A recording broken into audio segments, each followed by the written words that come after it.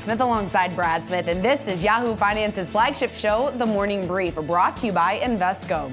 Well, stock futures ticking higher on the back of some fresh econ data out this morning. Retail sales increasing, though, at a slower pace than expected, a sign of a weakening consumer. Plus, we've got Fed Speak on tap. We'll hear from 5 different Fed officials today and later. Hey, guess what? Yahoo Finance will speak with Boston Fed President Susan Collins, an interview you certainly do not want to miss. So let's get to it with the 3 things that you need to know this Tuesday morning as you prep for the trading day. Yahoo Finance's Madison Mills, Jared Blickery, and Inez Ferre have more.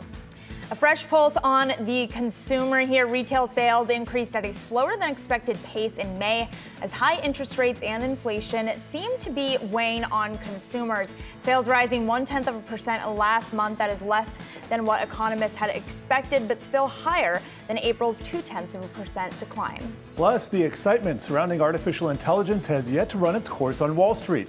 It's no surprise Nvidia has soared this year, but the XLK ETF that tracks the tech sector has underperformed because how it weights its members. Now, a big shakeup could see $11 billion worth of Nvidia stock bought and $12 billion of Apple stock sold as the S&P revamps its index. And Boeing heads to the Hill. Outgoing CEO David Calhoun will testify before the Senate later this afternoon as the embattled aerospace giant faces more scrutiny from lawmakers about its year full of blunders. The Senate Investigations Subcommittee, chaired by Senator Richard Blumenthal, wants Calhoun to discuss how the company plans to fix its manufacturing problems after a door panel blew out on a 737 MAX 9 plane operated by Alaska Airlines back in January. The incident sparked widened scrutiny over the airplane makers' safety challenges.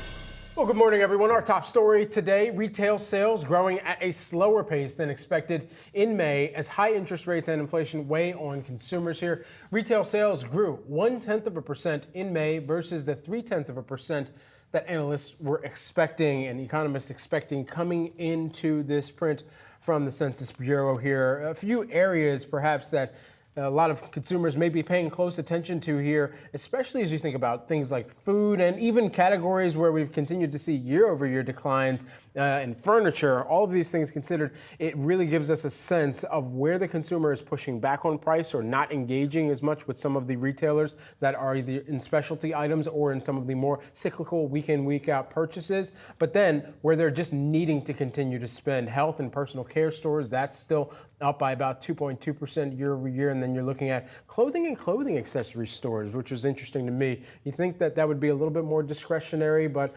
ultimately here, still seems like there's a little bit more price being taken. That's trickling through to some of the general merchandise stores as well here. Yeah, it certainly is. And this report comes on the heels when there's a lot of anxiety, a lot of stress, a lot of uncertainty surrounding how strong the consumer is right now. So this is just another reading coming in below the street's expectations. That revision to the prior month reading, I think, is also very important here to point out, just given the fact that maybe the consumer is a bit weaker than we had initially anticipated. When it comes to this report, the quick reaction that we're getting from the street is that there is reason to be a little bit concerned right now. Chris Rupke over at Forward Bonds out with a quick reaction saying that as it stands right now, retail sales had barely changed in the first 5 months of this year, and this is a recipe for a disaster. So again, when you talk about the uncertainty of the U.S. economy right now, we talk about the consumer, the importance of the consumer, because it accounts for about 2/3 of the U.S. economy. So again, when you talk about the fact that we are maybe seeing a little bit more material weakness than had initially been priced in, this could be a bit worrisome here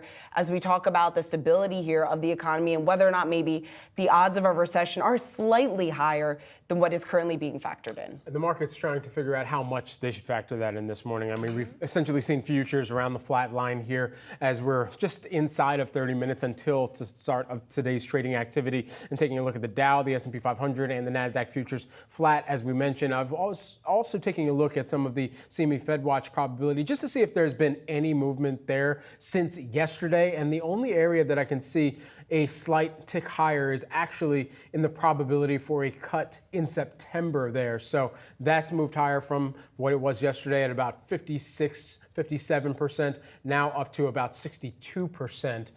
So all of that considered, the markets are really just going to look at data components like this and try to figure out what this means, all in context of a potential cut. All right, let's talk about Wall Street getting a bit more bullish here on the outlook for stocks. A slew of big banks hiking their S&P 500 year-end targets this week.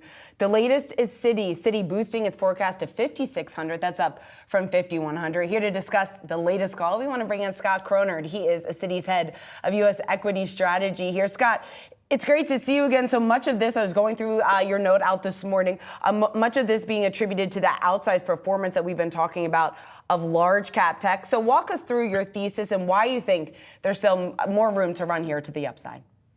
Yeah, so I think what's happened is that if you look at the S&P performance so far this year, let's say we're up 14% or so, you can really break that performance into three categories.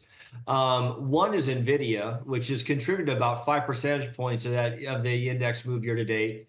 About 4% comes from the other of the Mag 7, and then about 5% from the other 493. So really what's happened as a function of index weighting math is that you've had this unique situation where this mega cap growth cohort has been responsible for a big chunk of the index performance this year.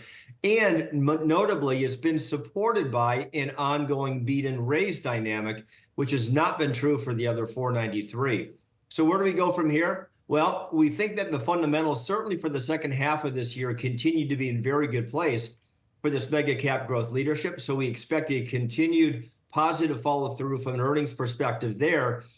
As to the remaining 493, we're in a okay place. So far, it looks as if a 6% earnings growth for that cohort's in the cards, but we think that there's room for that to broaden going forward. All told, when you put all this together, I think we're I think on a pretty good footing here to take our target up to this 5,600 level, which is relevant to $250 worth of index earnings, and we give it about a 22 times PE. And so when you think about and really kind of evaluate what the earnings and the guidance has looked like coming from companies going into, and really once we finally kick off the Q2 earnings season here, what are you going to expect to hear from companies, especially as they're trying to best deliver to investors what the demand situation looks like from their perspective that would actually contribute and deliver on some of those earnings promises? Okay, so you've got two things going on, and the first is what you were alluding to earlier in your program on the retail sales data, right? So I think under the surface, we think that there's a fraying around the edges on the economic condition. If you go back and think about the Q1 reporting period, most C-suites were fairly constructive, or let's call it cautiously optimistic regarding outlooks. We're going to be watching that pretty closely. I think in general, what we're going to see as we go into the Q2 reporting period is a little bit more evidence that the lagging effects of Fed rate hikes to this point is starting to weigh on fundamental activity. So we have to be aware of that.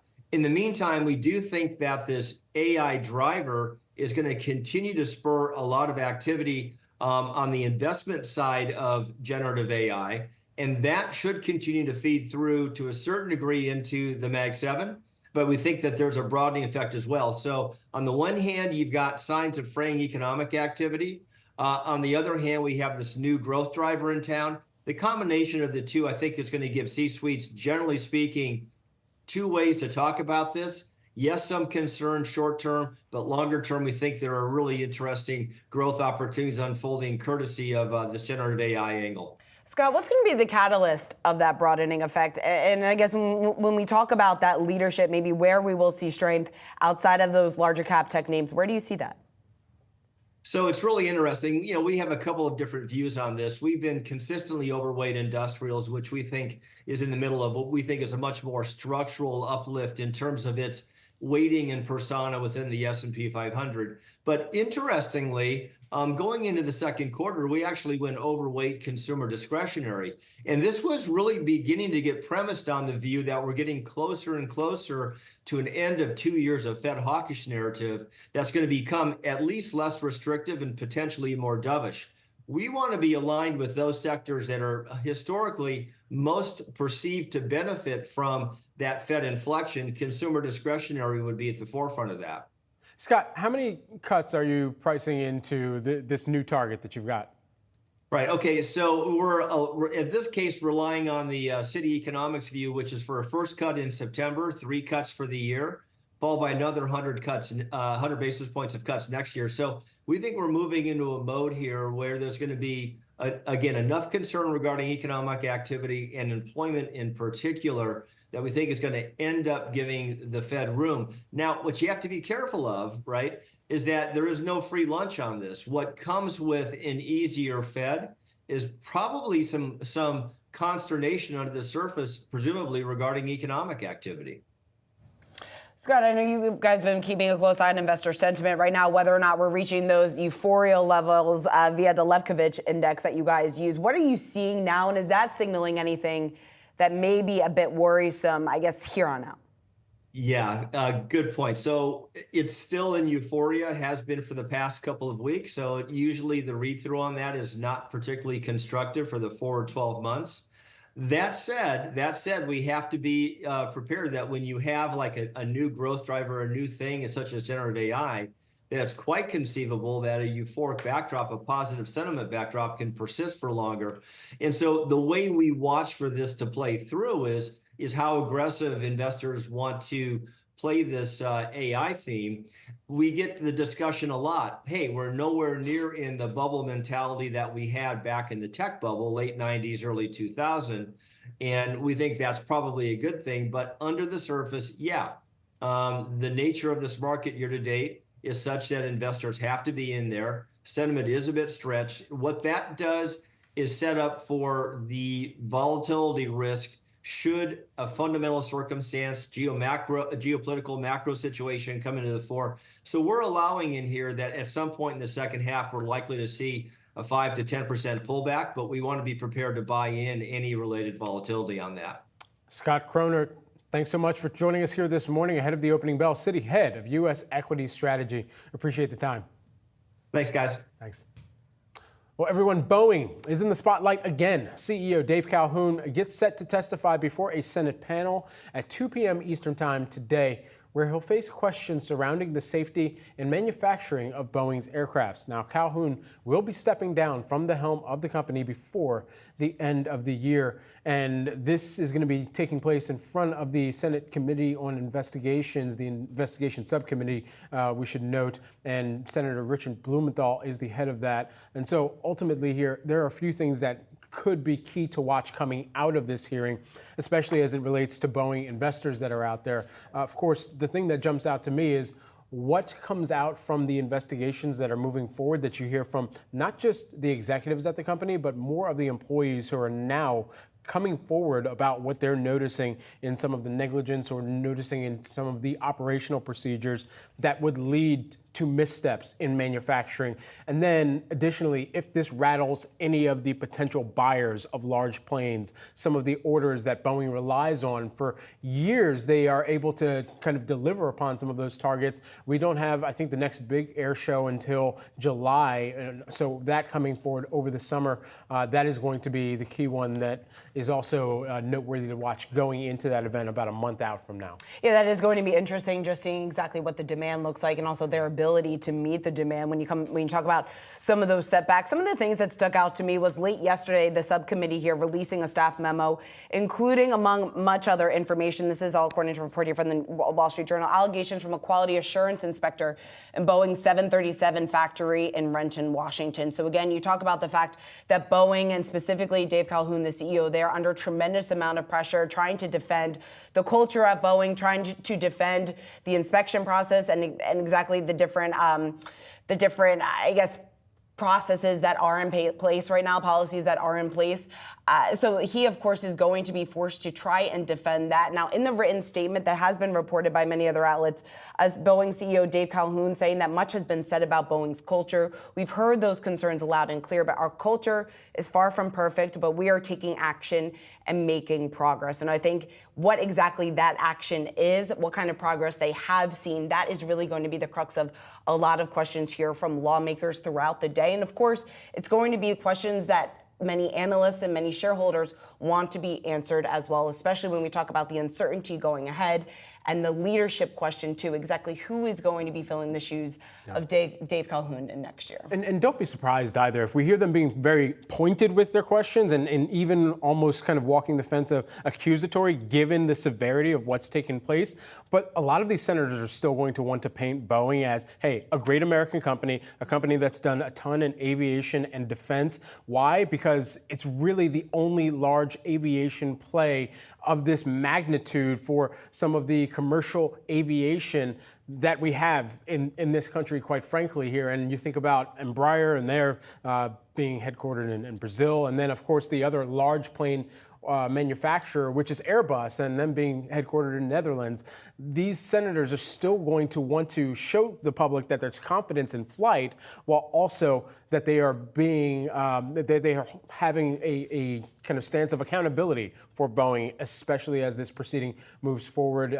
It sounds like some of the senators, at least Blumenthal, is going to be painting this as a day or at least a hearing of reckoning for Boeing here.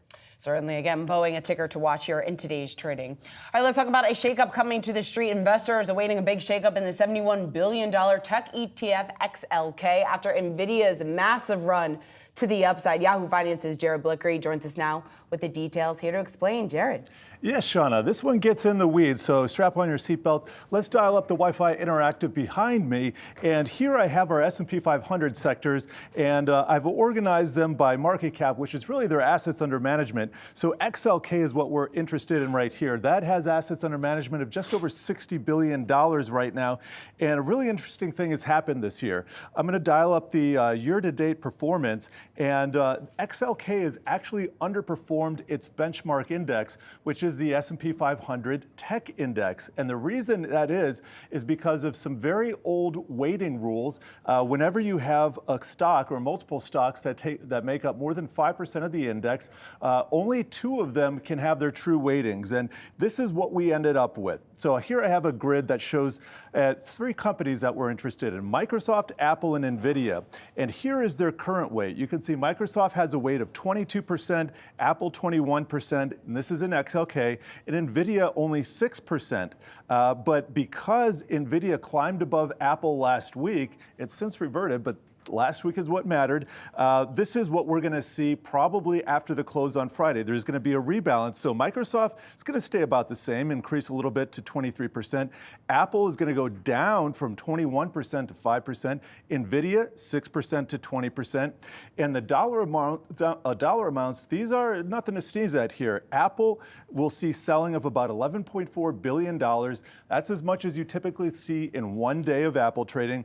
Nvidia is going to get bought $10 billion worth or thereabouts. These are just estimates. That is 1/4 of its daily volume. So this could be market impactful. However, markets will have had a week to figure this out, and I wouldn't be surprised if it's already locked in. These are 2 really, really liquid stocks that we're talking about. In fact, all 3 are: Microsoft, Apple, and Nvidia. So I don't think investors have too much to worry about with respect to this one issue. All right, massive rebalancing and new weighting there for investors to know about. I unbuckled my seatbelt so I can come over to the touch here, Jared, just for a hot second here. We got to let the good folks know what's coming up here on the Morning Brief as we are just getting started. Coming up, Fisker filing for Chapter 11 bankruptcy, what this means for the EV space, that's coming up next, and Nvidia and Broadcom both hitting fresh all-time highs. We'll discuss who's best positioned in the chip space later on this hour. But wait, there's more, in the words of the late, great Billy Mays. Citi saying oil prices could fall below $60 a barrel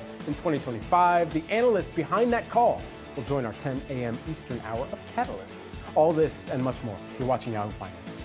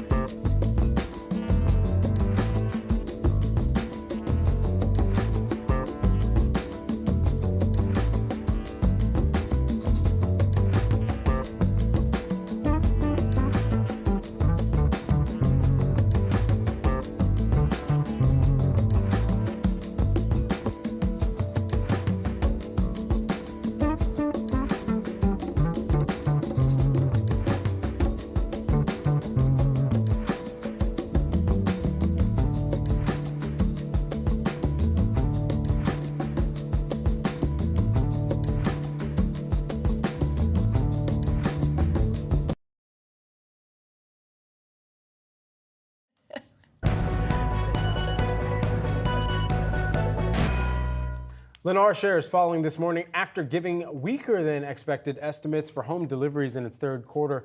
The company's executive chairman noting that it's been, quote, tested by interest rate movements. There you're taking a look at shares of Lennar, down by about 2.8% here pre-market. The company, in terms of some of the figures that they were able to report, net earnings per share ultimately did move higher by about 15%. That's not enough to impress the street, though. New orders that increased by about 19% to 21,293 homes in the most recent quarter, and they have a backlog of about 17,873 homes. Dollar value for that backlog of about $8.2 billion. Yeah, and I think a lot of this just ties to where exactly mortgage rates are right now. The fact that consumers are under a tremendous amount of pressure. Now you still have mortgage rates higher when you compare it to, obviously, historically speaking, they're not much higher than where they have been when you go back decades, but where they, compared to what levels that they have been over the last 10 to 15 years, we are substantially higher here. So I think we talk about this lock-in effect. Then you also have the problem that people simply cannot afford homes. So when you stack that up against each other, clearly we are seeing a bit of a slowdown here. So it could be a sign that some of that demand for new homes here is expected to remain a bit sluggish as mortgage rates do hover around those higher levels. And we also talk about the average price here of homes. It's still significantly higher here. We are seeing some relief. Lennar's, the price per home is $426,000 in the quarter. That's compared to $449,000 a year ago, but again, at extremely elevated levels. So again, there is this pent-up demand because there simply is not that much inventory out there. People are still looking to buy the homes, those that can afford right now. And you're also paying higher prices if you are in the market for a home. So that combined with the higher mortgage rates, making it very difficult here for many home buyers, in particular first-time home buyers, to afford that home. And that, of course, has been weighing on the entire sector. Yeah, one of the first-time home buyer core kind of new home companies that we've heard from here in Lennar. Another one that we're going to hear from after the bell today with KB Homes. So we're going to be watching that ticker, especially after the close.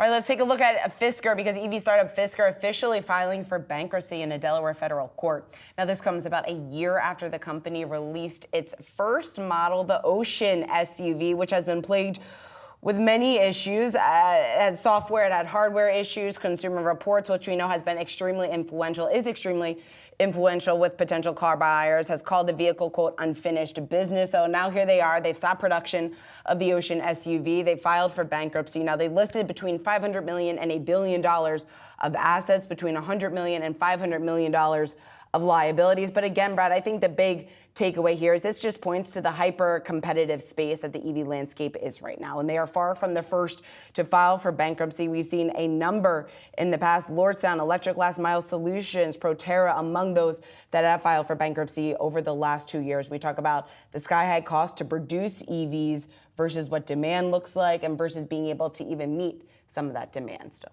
Great vehicle names. Unfortunately, the model that they've had to shift to as well, and not the car models, but the model of the dealership program that they were really trying to make sure got off the ground here. 15 dealer partner locations they had signed agreements for, distributorships in the U.S. and U.S. territories, and I think in Canada as well here. So North America, they had really been focused in on there, and that was their most recent pivot. That after they essentially tried to kind of leverage the Tesla playbook of not having a ton of dealerships that you would need to have your vehicles move through or have partnerships with, but instead just make sure that you have that direct-to-consumer relationship where you're essentially selling these. Now, of course, for Fisker, a lot of the electric vehicle play has really been spurred by Tesla, by the success that they had seen there. And Fisker, one of the youngest players within that industry, but not seeing the same type of reception. All right, let's take a look at the energy space. Berkshire Hathaway boosting its stake in Occidental Petroleum, now holding roughly 29% worth of over $15 billion, 29% stake in the company. Yahoo Finance's Ines Ferre has the details on that. Ines. Yeah, Shauna, and Berkshire Hathaway has once again scooped up shares of Occidental Petroleum, acquiring another 2.95 million shares of the oil and gas company. It paid $176 million in 3 separate purchases of these shares.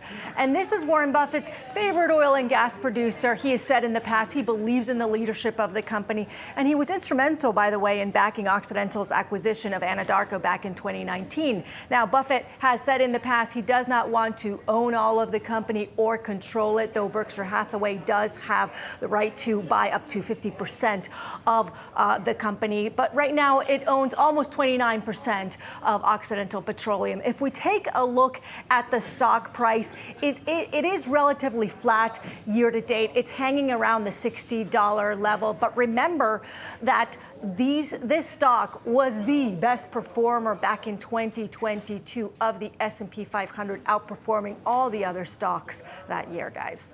All right, Ines, thanks so much for breaking that down for us. Keep right here on Yahoo Finance. We've got much more of your market action ahead, taking a look at where things stand in the pre-market. We're still looking at gains, it looks like, at the open, at least for the S&P and the Nasdaq. The Dow futures, though, just below the flat line. We'll be right back with the opening bell.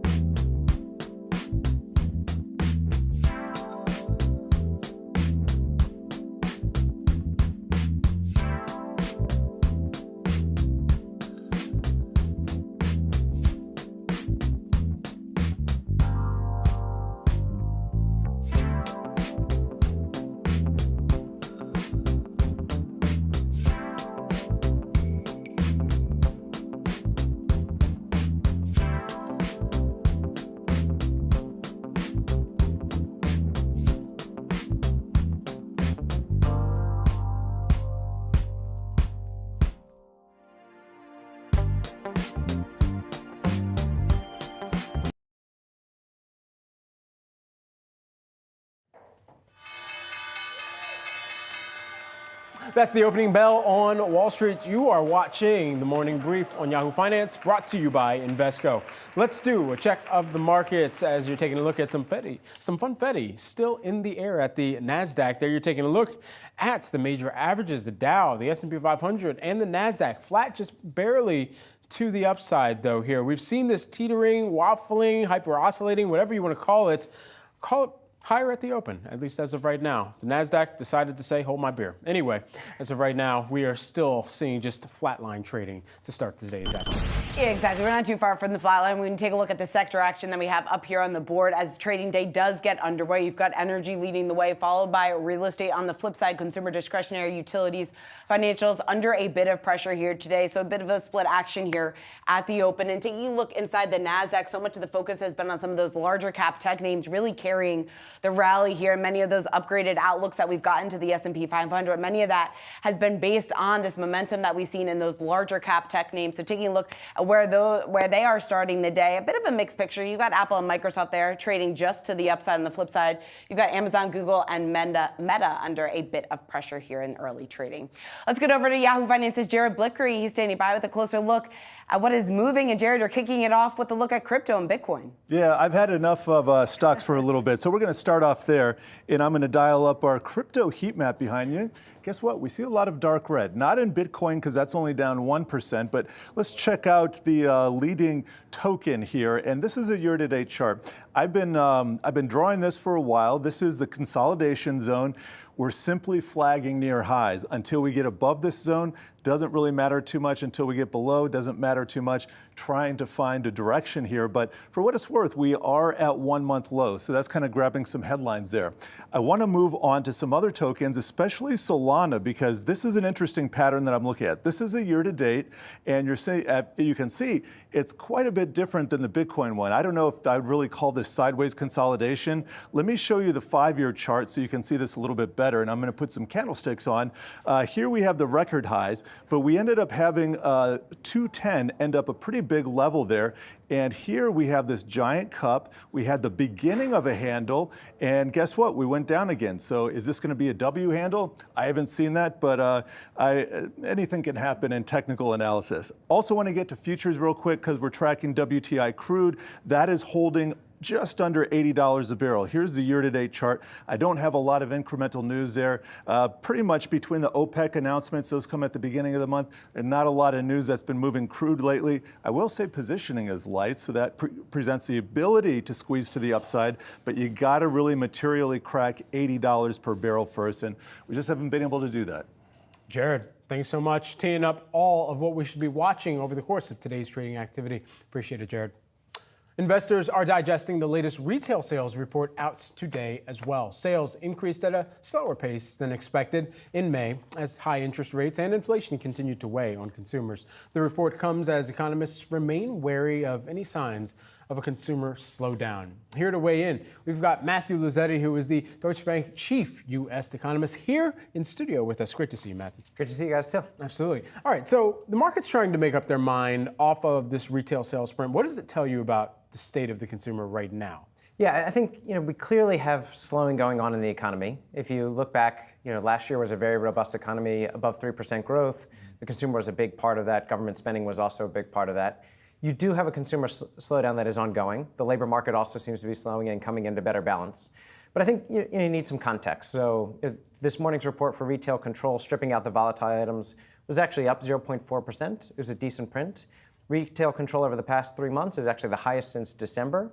So the economy is slowing. The consumer is certainly slowing. But at the moment, I don't think it's a worrying trend. I think it's just getting back down to what we think is a more normal type of pace for the economy. So, Matt, how do you think that's going to translate into how many cuts we're going to see by the end of the year? I believe your base case is still 1 cut. But I guess my question to you is, following the signs that we have seen some weakening in the economy, especially on the heels of that softer than expected inflation print just last week, does that still leave the door open for the possibility of a September cut? I think it does. I think that we could get a September cut. The number one consideration there will be inflation. Do we get 3 more inflation prints that look like what we got last week? If we do, then I think the probability of a cut by September could be reasonable. That's not our base case. We think that you'll get another strong inflation print between now and the September meeting that creates enough uncertainty for the Fed. But Chair Powell was pretty clear last week. They're considering the totality of the data. So they need to see better inflation, but they would also like to see an economy that is not reaccelerating, that is not too strong. Mm-hmm. So today's consumer spending, I think, is supported from that perspective.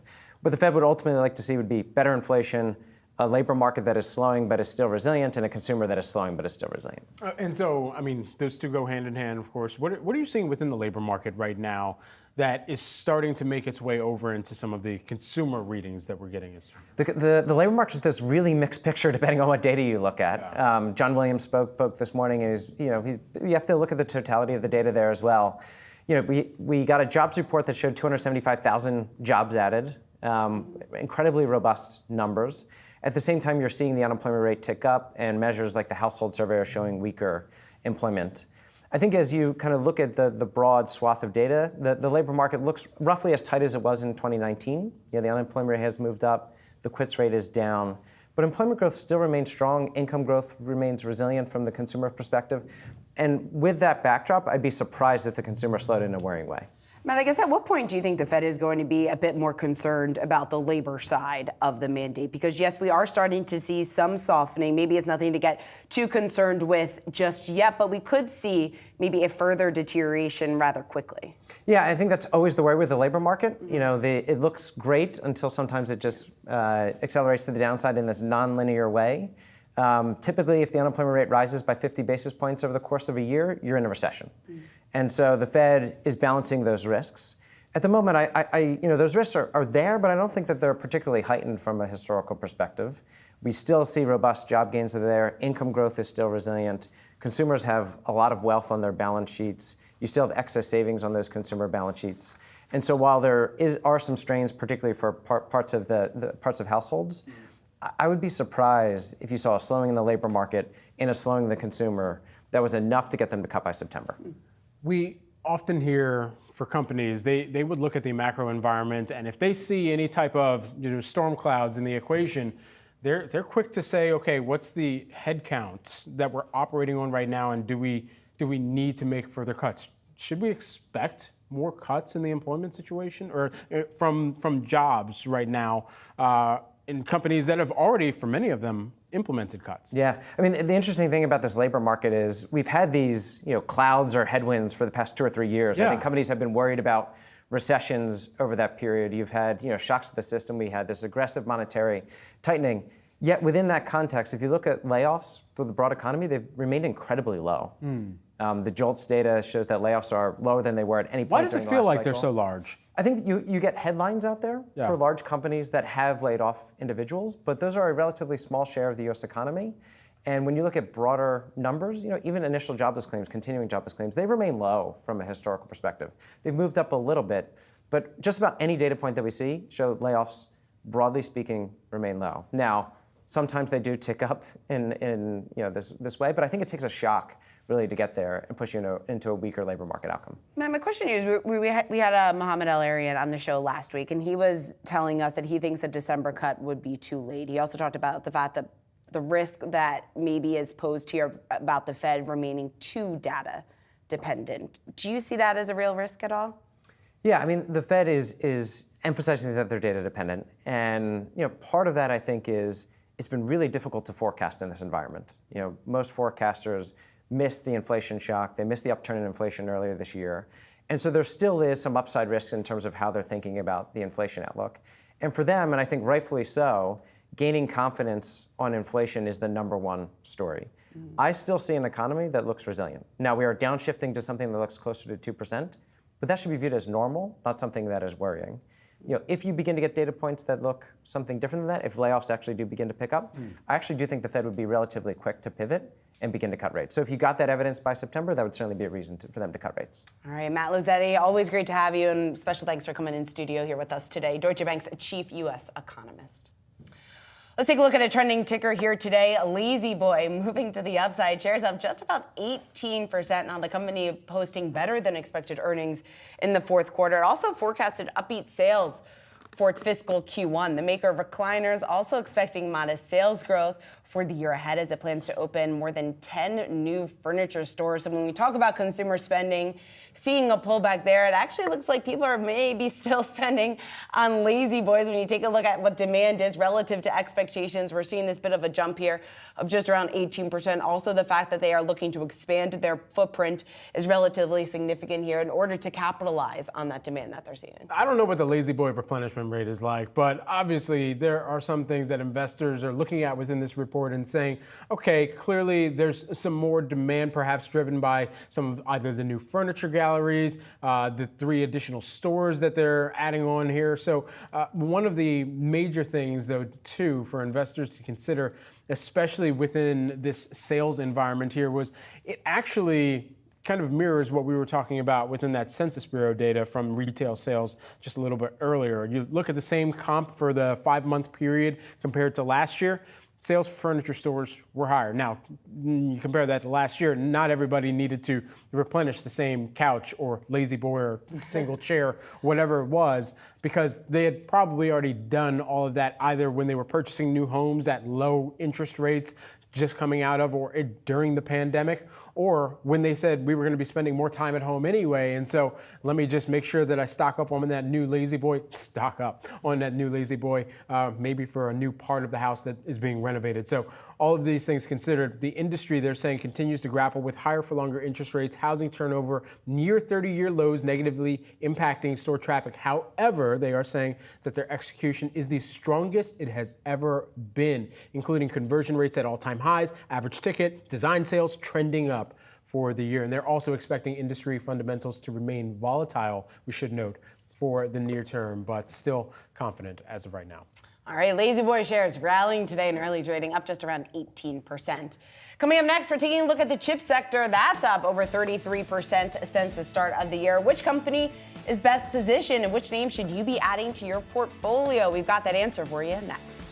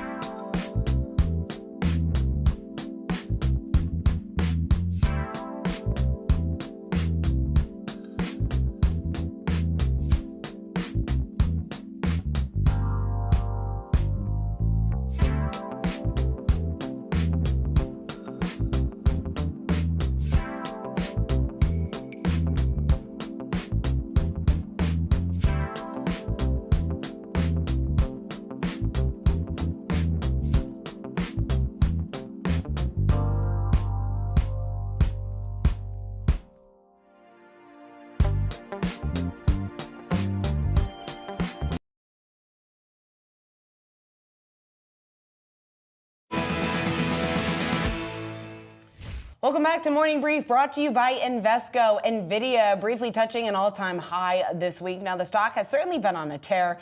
This year alone, it's up over 160%. The street remaining very bullish on the chip maker. 64 analysts have a buy or outperform rating on the stock. One of those analysts joining us now, we want to bring in Matt Bryson. He's Wedbush Equity Research Hardware Senior Vice President. It's great to see you again, Matt. So talk to us just about this massive run-up that we've seen in Nvidia. Clearly lots of focus just about the emphasis and the impact that it is having clearly overall on the broader market. What makes you so confident that this momentum is going to continue? And I guess, what do you think that opportunity really looks like? Yeah, so in the near term, it's all good news, right? They came out in late May, gave us great numbers, gave a great guide.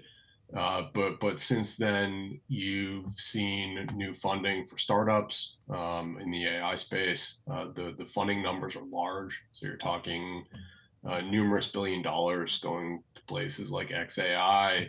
Eventually, most of that money gets spent either renting data center space or building data center space. So lots of Nvidia chips. You've seen news around government funding. And that's all additive to what the cloud service providers are spending. And so if everyone's spending on AI, just things look really good. At some point, I think we need more AI applications to show up. But having said that, I think everyone's made a bet through NVIDIA's next platform, Blackwell, which means things remain good well into next year. I mean, when we talk about this chip demand, like, is there a good ballpark figure that investors should be going off of in their minds about where these data centers that are being built out will eventually move to in terms of the number of chips that are necessary to really support the applications and the generative AI demand that we're seeing? So that's a difficult number to come up with. What we're really seeing right now is companies making a bet that the next set of applications that change the world are going to be built on AI. So there's lots of training of these large language models going on, and that's building out the infrastructure that these applications can get built on. I think at the end of the day, the AI opportunity is going to depend on what those applications look like. So if we get self-driving cars built on AI, that changes the world. That needs a ton of investment. If we get something like the next YouTube or the next TikTok or the next Uber built on AI, again, that changes the world. We need a ton of investment. But it's really what that next set of applications look like that we don't know. And that's going to define what the market looks like past this investment and training that we're seeing right now. Matt, when we talk about the next catalyst for NVIDIA, there's been lots of talk, lots of focus on the upcoming shareholder meeting later on this month. Is that going to provide another boost to the stock, and how come? I don't know if the shareholder meeting changes much. I think that what the next kind of significant catalyst is, they'll have a fall GTC meeting. That will certainly be interesting. They have numbers before then. Those will be interesting. But I think it's really what we see that comes out of Blackwell. So that, in my mind, begins shipping late this year into next. That's going to define what the next step for NVIDIA looks like. But again, there's just really, really strong demand till then. So I don't see any stumbling points kind of through the course of 2024. What is the kind of market share dispersion that you would be tracking towards? Yeah, so right now, I would guess NVIDIA has roughly 80% of the market. Moving forward, I think it's an open question as to what their competition looks like. So I certainly believe that AMD can do better than the $4+ billion that they guided to. But that's still a relatively limited fraction of what NVIDIA is producing.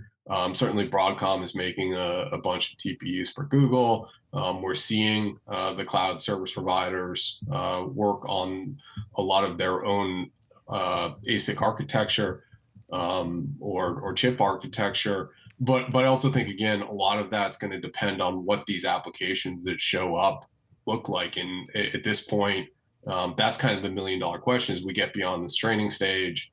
You know, what are the applications that we're supporting? And that's going to define both what the chips are that support those applications, as well as how much spending there is. Matt Bryson, Wedbush Equity Research Hardware Senior Vice President. Thanks so much for taking the time here with us today, Matt. NextEra Energy shares are in the red. This is after the electric company announcing plans to sell $2 billion in equity units priced at $50 apiece. It plans on using the extra cash to fund investments in its energy and power projects. Shares right now, they're down by about 3.5%. It also seems like the company is going to be on a bit of an investor tour of sorts as well. They essentially put out their presentation that they're going to be really laying out, and the case that they're going to be laying out for investors. Do remember, NextEra Energy is also the parent company of what is the largest electric utility in the U.S., which is Florida Power and Light. And so ultimately, I think that company services, about 12 million people in Florida. And so ultimately, that is a major part of the business plan, and one of the huge kind of go forward metrics that they're judging themselves or benchmarking up against going forward from this point is a 5-year load growth forecast jumping 81% year over year. They're also looking towards other twofold renewables growth. So retiring some assets and then growing out the load as well. But ultimately trying to 3x the renewables and storage growth within the next 7 years versus the prior 7 years. Yeah, they really focus on the power demand and what exactly that is going to look like here over the next 2 decades. And at least from NextEra's point of view, or at least from what they are expecting their forecast, they see U.S. power demand expecting to grow nearly 40% over the next 2 decades. So again, they're making this presentation. They're trying to appeal here to shareholders just in terms of those investments and exactly why they're making those investments now, what exactly that opportunity, the growth opportunity looks like here down the road. But again, no surprise that we are seeing the stock under a bit of pressure here in early trading following the announcement of the $2 billion that they're looking to raise here from the sale. So again, the stock is under a bit of pressure. They are seeing some reason to be optimistic given that longer term trajectory growth opportunity that they see, but they do intend to sell $2 billion of equity units here. And again, we're looking at the stock off about 3%. Our producers didn't think I would be excited as I am to talk about this, but let me layer on 2 other things real quick. It's important that they do this spending both on a cybersecurity perspective because of the risks that a lot of the utility grids are going to need to layer on to make sure that they are getting ahead of that and being more proactive about that, as that is a vulnerability. But then also, you think about how these companies are also impacted by something in global warming as well here, and trying to make sure that that is not impacted if you have more severe weather systems, especially if you think about how often Florida gets hit. All right, so we were excited to talk about it, and now we're excited to talk about this story on the other side of the break. Mickey D's, the Golden Arches, scrapping its AI plans for now. We'll tell you why, other side of the break.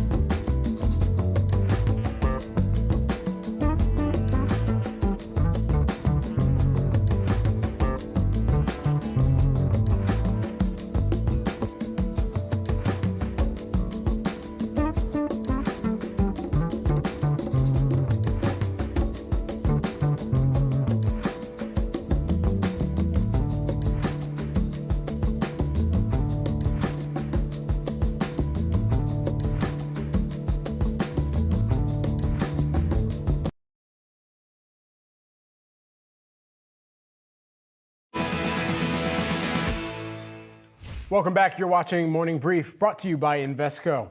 Well, McDonald's is pulling the plug on its AI ordering system for now. The fast food giant partnered with IBM on its AI drive-through tech back in 2021 to help McDonald's expedite its orders and meet growing demand, but the technology will officially shut off no later than July 26th at more than 100 restaurants. Customers were apparently documenting their botched orders, ordering well, I guess the Frosty machine still probably doesn't work. Yeah. The McFlurry machine. Try to maybe use AI. Yeah. That could help. That's where they should have put the money. They should have put the money there. But I think that this kind of encapsulates the AI conversation, right? We talk about the fact that more and more companies are deploying this technology, trying to use it, investing their CapEx dollars into incorporating AI, yet it's not exactly living up to those expectations in some instances. Yeah. And you talk about reliability. Clearly, at least with this instance, there has been a reliability issue. Orders are being messed up, to say the least, and so they're taking a bit of a pause. Now, this isn't to say that McDonald's is abandoning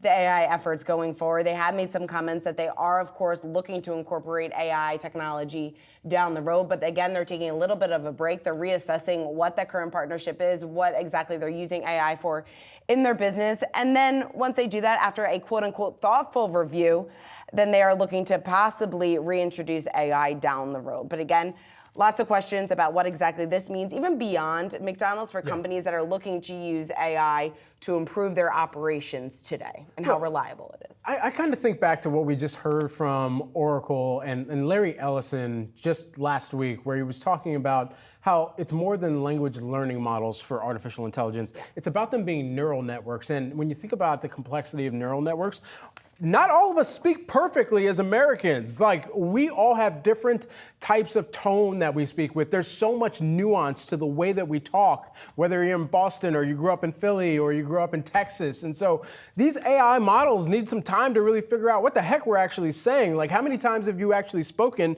even to Alexa and it gotten it right? Like, it's setting a timer for 2 years out from now when you set it for 2 hours based on how you actually pronounce it. So pronunciation, enunciation, all of these different kind of tones of voice that we speak with, especially for something that's supposed to be as fast as a drive-through, that's going to be challenging, and it's going to come with complexity. It's going to be challenging, but it's also important to point out that this has been critical. I mean, McDonald's is far from the only restaurant, obviously, that has been testing AI capabilities. Some have been doing it very successfully. When you take a look at some of those other names, Wingstop, Del Taco, Chipotle, Yum Brands, among those that have been incorporating robotics and AI here in their investments in most recent years. So this isn't the end for McDonald's in incorporating AI, but they are taking a bit of a break. They're reassessing their investments there. We'll see if round two is going to be a little bit more, I guess, successful. Only time's going to tell. I said small fry. Coming up, we're going to dive a bit deeper into the catalyst driving the market rally. Plus, taking a look at oil, there's a call out from Citi saying that oil could actually fall to $60 a barrel in 2025. We've got all that for you next. We'll be right back.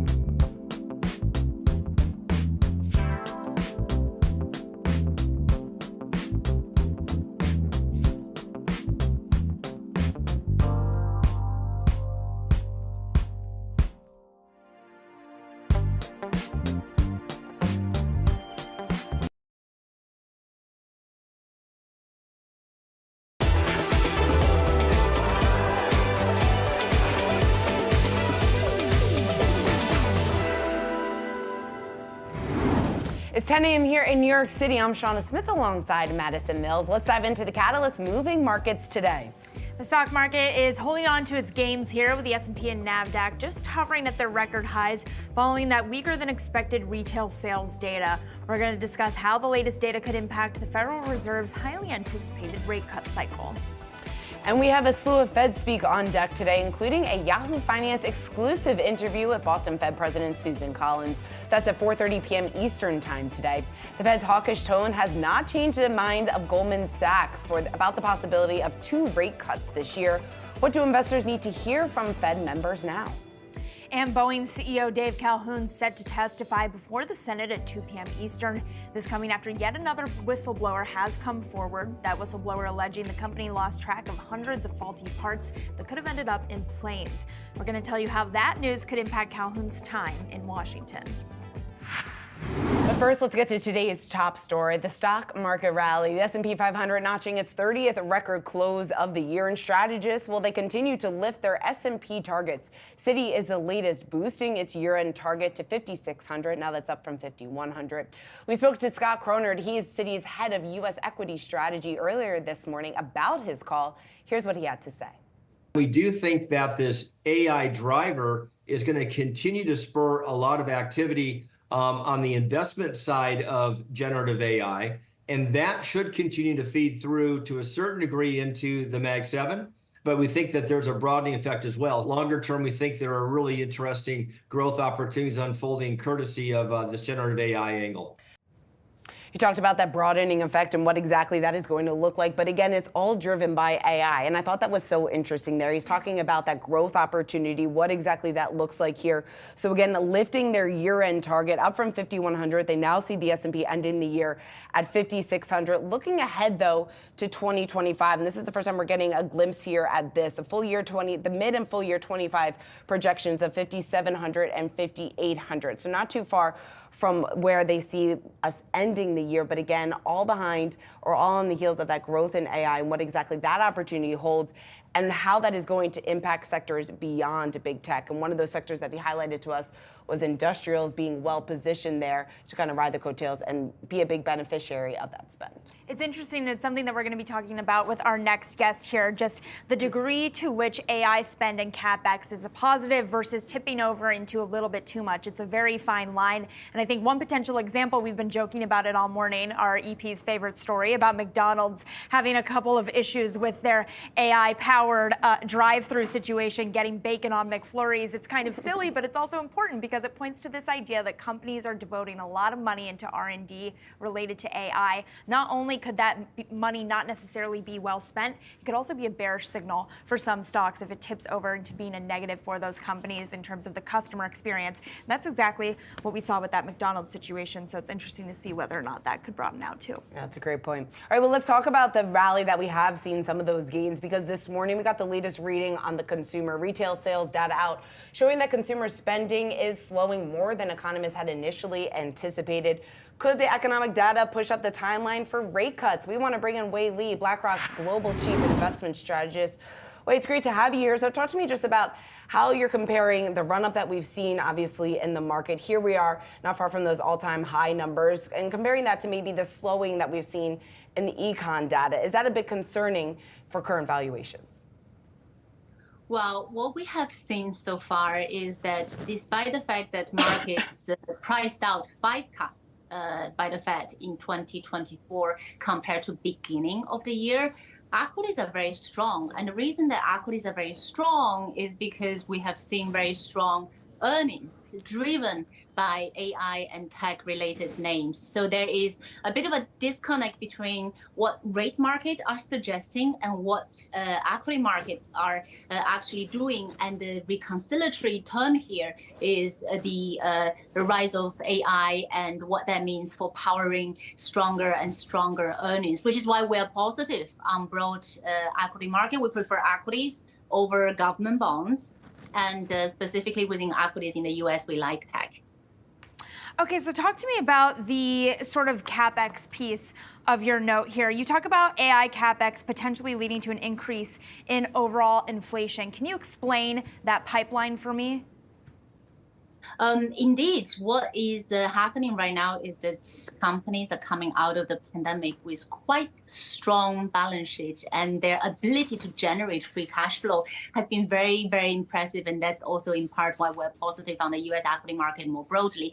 And the ability for then companies to spend in AI infrastructure build out data center is why this is actually a very, very important theme as we think about the next leg to play the AI theme. And the AI build out has two implications. Number one, it actually can be inflationary, right? And I think that was underappreciated at the beginning of the AI boom, because people are automatically thinking, okay, AI leads to productivity boom, and that could be deflationary. But before we even entertain the possibility of productivity boom, we have to go through the capex build out phase. That in the context of supply constraints, also with the low carbon transition, competing for some of the same resources can be inflationary. But a second implication of this is that it actually spells great opportunities for infrastructure, for example, and private market that allow us exposures to the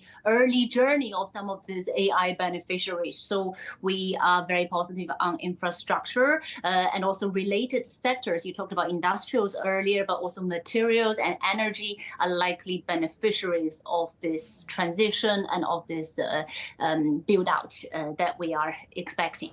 So when you talk about the fact that AI, the build out there, could potentially be inflationary, at least in the near term, how problematic is that for the Fed? Can you put that, I guess, a little bit more specifically, just in terms of what exactly that is going to look like, the data here and the numbers?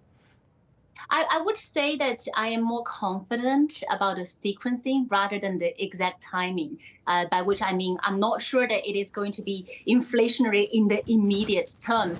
What I'm saying is that before it gets to the deflationary stage through the productivity boom, we are likely going to see the inflationary effect from the capex boom first. But it takes time for companies to build out their AI infrastructure. So it may not be immediately showing up in the numbers. In fact, if you think about, if we look at kind of the unwind of pandemic goods service mismatch, there is room for inflation to potentially go even lower, supporting our conviction that this year the Fed is going to start cutting, 2 cuts likely, especially in the context of the inflationary environment I just talked about, as well as the softer data from an elevated level. Today's retail sales number, case in point. So I want to kind of put a bow on this in terms of the impact it could have on the market moving forward. As you're saying, AI capex could be inflationary. I think about this McDonald's example that we've been talking about, right? How one company's R&D spend on AI could be a bearish signal for a firm. To what extent do you see that becoming a broader story in the stock market, where individual companies may be increasing AI spend but doing it in a way that's not productive? And how much do investors need to be concerned about that as a bearish signal potentially moving forward here? I think being selective is quite key. It has been very, very important in us navigating this AI boom, right? So if you look at so far this year, tech sector has outperformed the broader market, ex-tech, by 4 times on a year-to-date basis. And if we stretch the horizon to beginning of 2023, tech has outperformed non-tech by 10 times, right? So there is a significant outperformance. It has been a very concentrated market thus far as we play the AI theme. But they have been supported by earnings. I'm not too concerned about the concentrated nature of the market, because if you look at Nvidia, yes, since 2023, price has appreciated 500%, but earnings have been upgraded by 500% as well. So it's gone kind of up at the same time, supporting the price action. So I'm not hugely concerned about the valuation piece, because earnings have been coming through and they continue to get upgraded. There are signs of this concentration broadening out, though, and I'm not just talking about kind of the price action front. On earnings front, if you look at the last earnings season, 8 out of the 11 sectors actually managed to grow their margins. And this is what we're looking for, which is why, yes, we are overweight US equity market. Yes, we have the preference for tech, but we also have preferences for other parts of the market that are likely going to be secondary and tertiary beneficiaries of this particular theme. All right, Wei Li, we're going to have to leave it there. Thank you so much for joining us this morning. We really appreciate it. That was Wei Li, BlackRock's Global Chief Investment Strategist. Now, turning to another big story that we are watching today, Boeing. The company's outgoing CEO, Dave Calhoun, set to testify before the Senate at 2 p.m. Eastern. This coming after another whistleblower came forward about the firm, and while the company is still on the search for a new CEO. Joining us to unpack all of these challenges for the company, we've got John Grant. John is a senior analyst for the Official Airline Guide. That is an air travel intelligence reference that provides aviation data. John, thanks so much for being here. I mean, Capitol Hill was already kind of fired up about skewering Dave Calhoun today. To what extent do you anticipate that the news of this additional whistleblower coming on the very day that Calhoun's set to testify is going to heighten what was already going to be a pretty intense situation on Capitol Hill? Yeah, there's one man in the world who's wishing it's Wednesday already, I think, and it's not going to look good. And of course, you know, whistleblowers are going to come out on the day that he is testifying, because that's when it makes more of a story, and that rhetoric is playing out and will continue to play out for Boeing. I mean, it's a long-running PR disaster, and you know, the show has more additions to give us in the coming months, I suspect. So, John, you say it's a long-running PR disaster. What advice do you have then for Boeing, or what should the priority be in terms of winning back the trust of shareholders, winning back the trust of customers, both those that are flying on the planes, but also obviously the airlines as well? Yeah, I mean, you know, it's multifaceted, isn't it? You can't just pick one bit. There is a whole lot of PR reinforcement and credibility that's got to be regained by the company. A lot of it is around just being open and being honest, quite frankly, and getting to a situation where their employees trust them. It's got an open culture. They can deliver on time, because airlines have absolutely no idea when they're going to get aircraft from Boeing, and certainly not on the single aisle 737 production line, although you know, they're having similar issues on the 777X program as well. So it's all about rebuilding confidence, and that's why this whole situation around finding a new CEO, trying to rebuild all of those factors are so important to the company. Yeah, John, and the Journal was out with a great piece on exactly where maybe those efforts stand right now, talking about some of the people that have been considered. But I guess my question to you is, who is best fit from your position or from your view to step in and follow Dave Calhoun and really be able to bring some change or bring some progress here to Boeing in a very timely manner? Well, I think ultimately it's not a bean counter's position. And I think the airline industry and their customers, Boeing's customers, are looking for someone who has been ingrained and is well respected within the industry. So someone from an engineering background with a high degree of competency in the avionics and the production sector. So, you know, it may be, dare I say, that they need to be looking at someone in Airbus as a potential candidate for this role, even though, you know, Boeing's preference undoubtedly would be for a US national. This is a company that trades on a global basis, and they may have to start headhunting overseas rather than just within the US space. Yeah, John, it's interesting. I just don't buy this idea that we're hearing in the reporting and conversation around this, that this is a role that nobody's going to want, because I could see a lot of individuals being excited about the opportunity to really turn this company around that is not really at risk of going bankrupt.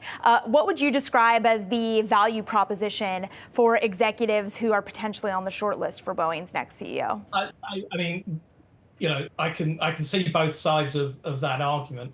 And I think the value prop, the sell, is here is a once in a lifetime opportunity to transform a company and its position beyond anything that could be done in any other role and any other job in this particular sector.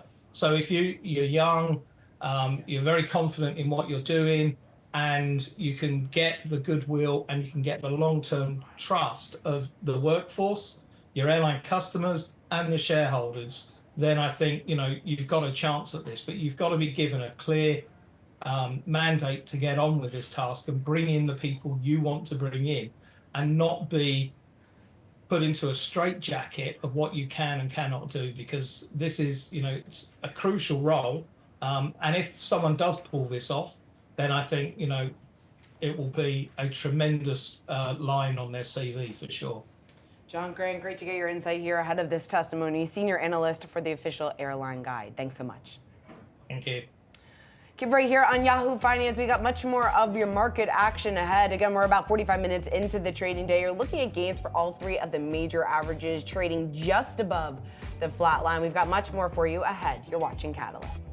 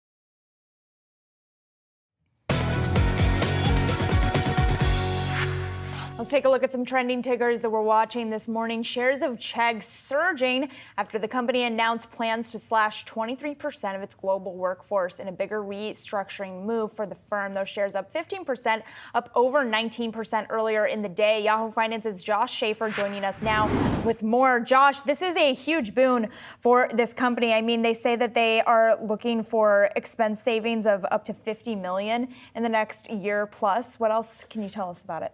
Man, I don't want to slow your roll too much, Yeah. but we gotta look at a max chart of Chegg. I mean, this is why we're doing a restructuring effort, right? This stock was over $100 at one point, during the pandemic boom. So yes, a restructuring effort, and I think largely for investors, something that they've been waiting for, right? We knew as the new CEO, Nathan Schultz, came in, they'd want some sort of change here, and this is the change that you're getting. I think the large question that Wall Street analysts are asking this morning is sort of, what do you do with that cost savings, right? Is it going to be reinvested back into the company to help with the AI efforts that Chegg has been building out? Or is it simply going to be a way to kind of protect margin and help earnings moving forward here? Because we know their revenue growth has simply been slowing since the launch of ChatGPT. I'm looking at research from Brent Thill over at Jefferies, friend of the program. He's pointing out that revenue fell 7% in 2023. It's projected to fall 9% year over year in 2024. Also looking, their estimates show potentially a decline year over year in 2025. Just simply the growth engines of this company have not fully been clicking since the launch of ChatGPT and other AI solutions that students are going to find free ways rather than paying Chegg to use their AI solutions. So I think overall, the looming question here is simply, is this going to work? And then also, when does it work, right? At what point does this help bring you back to revenue growth if you do reinvest this money? Is this going to be a late 2024 story, more of a 25 story? Kind of how long can you go at this pace seems to be the looming question. And what's also interesting about Chegg, when you take a look at that longer term chart and you talk about what you have covered in the past, their investments in AI, and this is one of the companies where it has pretty much failed to excite investors surrounding this. And on the flip side, it could actually be pressured because of advancements in AI. So I also think they have a tough line to walk there, just really showcasing as to why some of their investments in AI are going to pay off and why it's going to position the company in a better light than they are right now. I mean, zooming out the conversation a little bit, when we talk about AI, it's always important to talk about who the actual consumer is of the AI, right? You talk about Nvidia, their consumer is large tech hyperscalers, and those companies are going to pay up, right? You talk about the large tech hyperscalers and you think about Microsoft and Google. Well, who pays them? Businesses pay them, right? Businesses pay them to use that AI. Who pays Chegg? Maybe schools, but potentially students, right? And if you're a college student that used to sit around and use Chegg with your fellow students to study, and you can find a free solution online, I think it's a tough consumer. Especially with, you guys have been talking this morning about a tough consumer environment overall.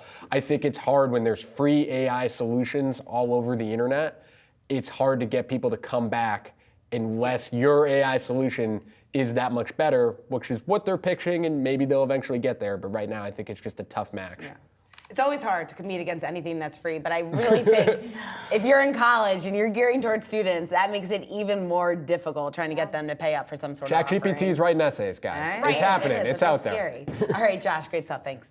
Let's take a look at Adobe, another trending ticker here on Yahoo Finance. U.S. regulators suing the company over claims that it made it more difficult to cancel subscriptions to its software programs, which include Photoshop and also Premiere. The lawsuit alleging that Adobe, quote unquote, hides the terms of its annual paid monthly plan in the quote unquote fine print. They also went on within this suit, alleging that they make it very, very difficult here, make it onerous and complicated were the two words that they used to describe the cancellation process, saying that many users have to navigate through multiple web pages and multiple pop-ups. They also went on to say that allegedly, quote unquote, ambushes customers with an early termination fee, which may discourage them from canceling. So despite all this, we are seeing Adobe actually move to the upside here today. I want to make too much of that intraday move here related to this news, but again, important to focus on when we talk about what ultimately this could mean here for Adobe's business down the line. Yeah, it's fascinating, Shauna, when you take a look over the past couple of days here, even the stock is up about 12% over the past 5 days here. But just to give some context on the cancellation itself, Adobe, according to the FTC here, kind of pushing users towards this annual payment, which is $700 annually. Now you have 2 weeks from that payment time to be able to cancel.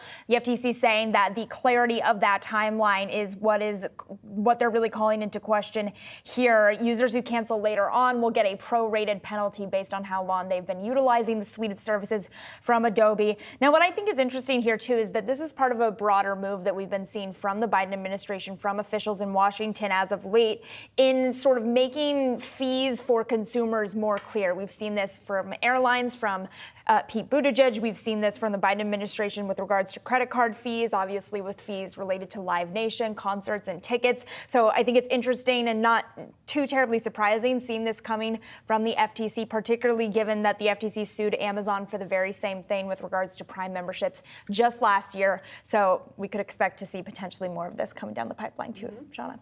Well, we are also watching shares of Merck after the FDA approved the company's new vaccine, which is designed to protect adults from a bacteria that could cause pneumonia. Yahoo Finance's healthcare reporter Anjali Kemlani has the details on this. Anjali. That's right, Maddie. So this vaccine got approved by the FDA. We're still waiting on word from the CDC on what kind of recommendation they make on who should get it. But we do know that the bacteria does infect adults, especially older adults and younger kids are more susceptible to the disease. And so there have already been vaccines on the market that address this, but Merck takes it a step further. If you watch the history of the pneumococcal pneumonia vaccines, they have been chasing these strains. They're currently, the latest one was Pfizer's with 20 strains, and that was a couple of years ago. So Merck coming out with a few more, now covering 21 strains. This is really important for especially older adults, 65 and older. Typically about 30% are affected by very serious disease. 1 in 20 adults die from being infected. So this is a very serious disease that the vaccine protects against, and we'll wait to hear if this is going to be recommended as a mandatory or, kind of like the flu for older adults, and that will help Merck's, of course, bottom line. We know that Merck is facing a lot of pressure with the patent cliff that they are facing with Keytruda, so all eyes on any new products that they launch right now. All eyes will be on that. And Anj, you're pretty busy this morning because you're also covering another story. We're hearing some Amazon, the fact that their pharmacy unit, they are expanding their subscription plan. What do we know there? Yes. So up until now, it's been anyone who can pay for the subscription plan and have access. But now they've plugged into the most lucrative population, and that is the Medicare population. So now they have access to the entire Medicare covered population for drugs. And those members will now have access to their RX Pass. And that, as a reminder, is their monthly subscription for drugs, mostly generic. And that is just another opportunity for Amazon to sort of cement itself, really, in what is a growing sort of third-party alternate market for getting drugs. Thanks for bringing us your reporting, as always, Anjali. Really appreciate it. And you've also been helping me with my reporting behind the scenes for this week's Lead This Way. I spoke with not an Amazon executive, but an Amazon Web Services executive, Dr. Angela Shippey. She's a doctor turned tech executive for AWS. We spoke about how she's working to install AI-powered tech into hospitals across the country. So you can catch that segment right here on Yahoo Finance Live at 4:30 p.m. ET on Thursday. We're going to be back here with more catalysts for your market movements after the break.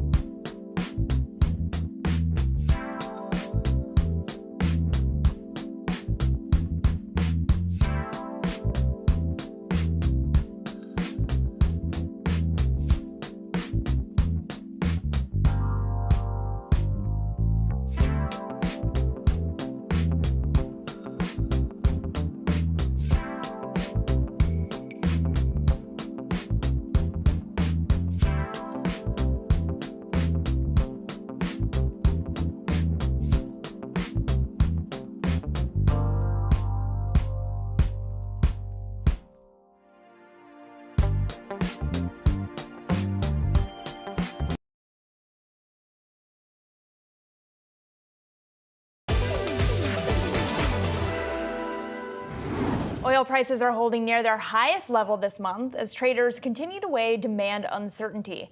Yahoo Finance's Inez Frey has been watching oil prices so far this year for us. Inez, what do you got? Yeah, Madison, and we saw crude advancing this month after a quarterly drop. Taking a look back at the beginning of June, oil initially had dropped after OPEC Plus said it would extend its production cuts, but the voluntary ones would start to be phased out starting in October. Then the Oil Alliance kind of hinted, well, it could reverse that decision. Part of the recent move up has to do with demand expectations this summer. JP Morgan recently citing a summer inventory draw, which could move Brent back into the high 80s to 90s range. Interest rates starting to ease in other parts of the world. Here in the U.S., one rate cut is expected this year. That could be bullish for oil. And this expectation that if prices go down into the 70s, then the U.S. is going to aggressively start filling up its SPR. China will take the opportunity to buy more oil. But if it gets too high, then again, OPEC can go ahead and introduce more barrels into the market in the fourth quarter, as it doesn't want to lose really any more market share to the U.S. and others as it has. Prices are expected, though, to taper off in the fourth quarter and going into 2025. Analysts are expecting that balances are going to soften dramatically with Brent crude falling, guys. All right, Inez, thanks so much for breaking that down for us here. Now, despite oil prices nearing their highest level this month, our next guest is saying that 2025 could bring a different story. Let's talk about that outlook and what we could expect that price action to look like. We want to bring in Eric Lee. He's Citi's global energy strategist, joining us now. Eric, it's great to see you. Thanks so much for coming in. So let's talk about what we are seeing in the price of oil, because lots of confusion, or I guess lots of questions, I should say, uncertainty regarding supply and demand, how exactly that is going to stack up, and ultimately the impact that it's going to have on prices here in the long run. How do you see that playing out? Yeah, absolutely. I mean, again, we do think that there is a bit of a tight stretch through the summer, so we do see prices staying in the low to mid 80s for a little longer. But as we're looking through the second half of the year into 2025, we really see markets getting a lot weightier. And a big part of that is supply and demand. And one part of that is the recent OPEC Plus meeting. I mean, they guided for the prospect of adding 2.5 million barrels a day to the market over a year starting October. Now, we actually don't think they'll end up doing that, because we don't think there's actually enough room for them to bring these barrels back to the market. That's a big part of our 2025 view. How much could the run-up between now and the election in November potentially be a headwind for that view? Or do you think whatever happens between now and November has plenty of time to be undone heading into 2025? Yeah, we are essentially looking for a top for this market in the middle of this year and this summer. So there's a lot of reasons to be cautiously bullish this summer. Geopolitics, weather, hurricane season, wildfires, high heat. So there's a lot of things that are keeping the market nervous. However, one thing that is, that could offset that is, we're not seeing such strong gasoline demand this summer driving season, including in the US, which has typically been one of the strongest places. Yeah. And the second one we note is that refineries are also signaling that profitability is problematic right now. So margins aren't that strong. Refineries are talking about reducing how much they're running, and they're the ones that use the crude oil to make into gasoline and diesel and other products. So Eric, when you talk about maybe that more bearish stance or bearish outlook as we look ahead to 2025, how much pressure do you expect to see on prices when it comes to Brent and crude? We are looking for 60s next year. So we haven't seen that for a while. This summer still in the low 80s, but we think we're moving into the 70s for Brent for the second half of the year, and 60s next year. So significant downside versus now, significant downside versus the futures curve. I'm curious then, we have this kind of global risk-on sentiment that Inez was talking about. How do you get to 60 without the market turning that risk completely off? Yeah, I mean, I think it is actually a disconnecting of the oil market from a lot of other risk asset sectors and even GDP growth itself. So we essentially think fundamentals, supply and demand, and global inventories ultimately will be building a lot next year. In our base case, we have 1.4 million barrels a day of global oil stock build next year after a roughly balanced market this year. So I think when the market sees that, that is bearish for the price, and it can decouple from other sectors, and particularly GDP growth. One very key issue for next year is that oil demand growth will continue to slow down. And that's part of the electric vehicle, energy transition story. And really, as we see oil demand decouple from GDP growth, the GDP can continue to grow, oil demand can grow at a slower and slower rate relative to GDP, and in fact, peak before the end of this decade. Eric, what about the geopolitical risk side of things? Because that really has been dismissed by the market, by investors here over the last couple of months. And it's been a bit surprising just compared to how we initially viewed some of that unrest going back 7, 8, 9 months ago. What's changed, and should there be more of an emphasis on that? Yeah, I mean, there should always be an emphasis on it. I mean, clearly you've got the humanitarian angles, which are crucial. But in terms of the impact on oil demand, on oil markets, they have been largely brushed off for a few reasons. One is it takes a few links before the, in this case, let's say the Middle East conflict becomes an impact on oil production, oil exports, oil infrastructure. So those linkages have not mostly taken place. One place it has is the Red Sea shipping issue and attacks on ships from Yemen. But the other part is OPEC+. So the market right now is artificially tight. I mean, we're only at this level because OPEC+ is withholding 6 million barrels a day of oil off the market. So that's what's holding up the price. If they weren't doing that, prices would be a good deal lower. So, okay, that brings me to one final question. I know we had you on to talk about your 2025 call, but I'm so interested in the potential impact of geopolitics on the election. I want to get your take on this. There's this idea out there about the idea that OPEC plus, potentially the Saudis, could play with supply and demand if they want to ensure that Trump ends up in the Oval Office come November. Do you buy that idea? I've definitely heard that story. It's really hard to confirm these kinds of things. You can certainly say that, broadly speaking, the Saudis, Mohammed bin Salman, has been relatively less warm with the Biden administration and relatively warmer with Trump, and that's the expectation. However, even then, U.S.-Saudi relations have thawed somewhat throughout the Biden administration. All in all, though, the Saudis are interested in supporting this $80, $90 price, we think. However, again, we just don't see this as a sustainable thing, because the only way they're doing that is by giving market share to other producers, which are growing significantly around the world, not just in the US. Right, and it's hard to tie that move from them to any political motivation as well, as you mentioned, but appreciate your time answering, and thank you so much for coming in studio, Eric. We appreciate it. That was Eric Lee. He is Citi's global energy strategist, joining us here in studio.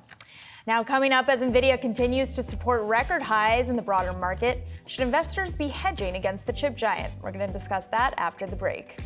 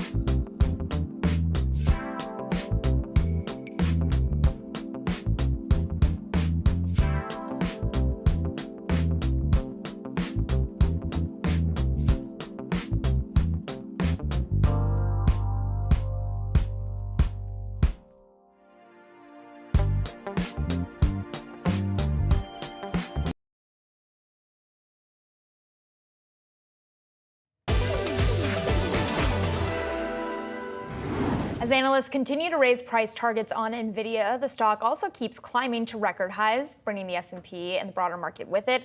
But should investors start worrying about hedging against any potential risks to the chip giant? For more on this, we bring in Amy Wu Silverman, RBC Capital Markets equity derivatives strategist. Amy, great to speak with you, and thanks so much for coming on. So I'm curious, I mean, when 5% of companies are responsible for all of the market gains that we've seen so far this year, you got to be a little bit nervous. You say that the best hedge for one big tech name that we talk about all the time is another one. Which Mag 7 stock do you see as a potential stock that could benefit from any Nvidia headwinds? You know, it's interesting because, you know, as we know, the market really from a market weighted basis relative to an equal weighted basis has really, really outperformed. And what's interesting is when you think about that from just kind of headline numbers, you don't see it, but it really is this kind of one is doing well, the other is going down. It's like this paddling duck market. It looks calm on the surface, but violent rotations underneath.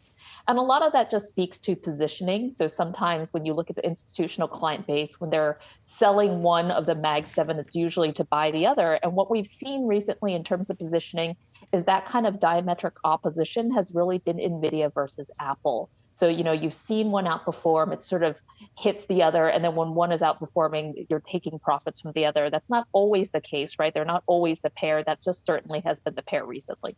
And Amy, when you talk about maybe what this signals more longer term, some of the other rotations that you have seen, I hear in your notes you talk about the top sector still being energy, the second and third, real estate and consumer discretionary. What have you seen just in terms of investor interest there? And maybe what that signals just in terms of where we are going to see some of that strength down the line? You know, I really feel bad at some point for these investors because I think the investors overall have really wanted to do a trade that's essentially a bet on the broadening out of the market. You know, so they want to look at energy, they want to look at these other sectors, but then at the same time, there's this, you know, this problematic benchmark FOMO, and that's sort of what I've started to call it, which is just when you have a few names doing all the heavy work for the indices and you're not over allocated to it, then you're dragging your benchmark. So the issue is, I think a lot of these sectors, they look attractive. You know, we've done our Sharpe ratio studies, which show how attractive they are on a risk-adjusted basis. But the issue is when you have that benchmark FOMO, you know, you're much more concerned about dragging that benchmark. And that unfortunately means all roads still lead to technology. So are we still seeing the FOMO, MOMO conversation and trade driving the market right now, Amy, or are we starting to see a little bit of hedging against just going all in on tech? And if so, where are you seeing evidence of that? Yeah, I think that's a really great question because it really speaks to a sentiment change that I don't think you could just get from looking at the top line of the market. So I'd say, you know, for the first few months of the year, all we could see in the options market was FOMO and MOMO. We saw that in historic call buying, in the Nasdaq, in the Mag 7 names, just across the board, you know, unlike anything we've really seen in this kind of post-COVID volatility regime. However, that is changing. So you are starting to see people pick up a few hedges. You're starting to see people even talk about hedging the Mag 7. You know, it's not what I would call historic, the same way we saw in the calls, but the fact that it's part of the conversation to me does show a little bit of inflection in the market and people sort of questioning how much longer this narrowness and breadth is going to continue. Amy, when you talk about some of those other factors outside of earnings season, here we are, we have earnings season essentially behind us. What is really going to drive some of that sentiment, some of that activity that you are seeing here over the next couple of months as we do have this lead up here to the election? Yeah, you know, when you seasonally look at how VIX behaves, for instance, just volatility in the markets, it's typically a quieter time, especially with earnings out of the way. Obviously, in early July, you're going to get another kickoff of earnings season.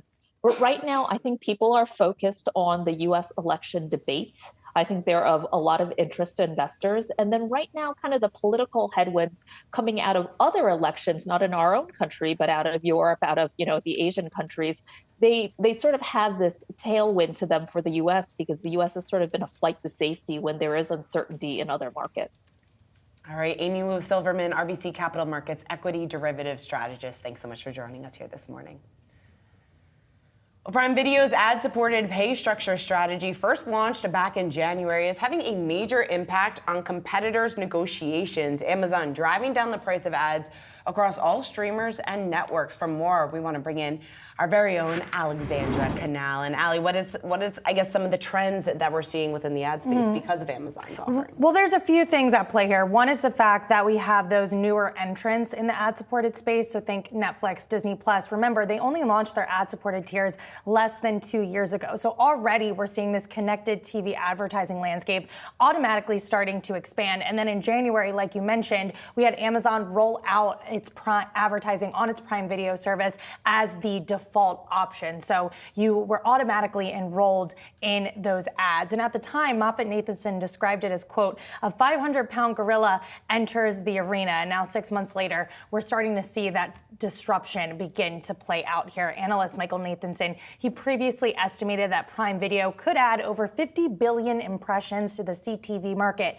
in 2024. And that amount is not only going to dwarf some of those smaller players, it's also going to increase inventory across the board. And as a result, that drives down prices. And we're already seeing that play out with companies like Netflix. The Wall Street Journal did report that Netflix is asking some brands to pay about $29 to $35 to reach 1,000 viewers. And that's a pretty sizable decrease from the $39 to $45 it charged last summer to some advertisers. And one of the reasons there is because Amazon is charging a similar amount. But we're seeing this increase scalability across the board. Yahoo Finance did have a chance to speak with Disney about this, their global president of advertising, Rita Ferro, at Cannes. She spoke a little bit about this big tech disruption, so I want to hear a bit more of what she has to say there.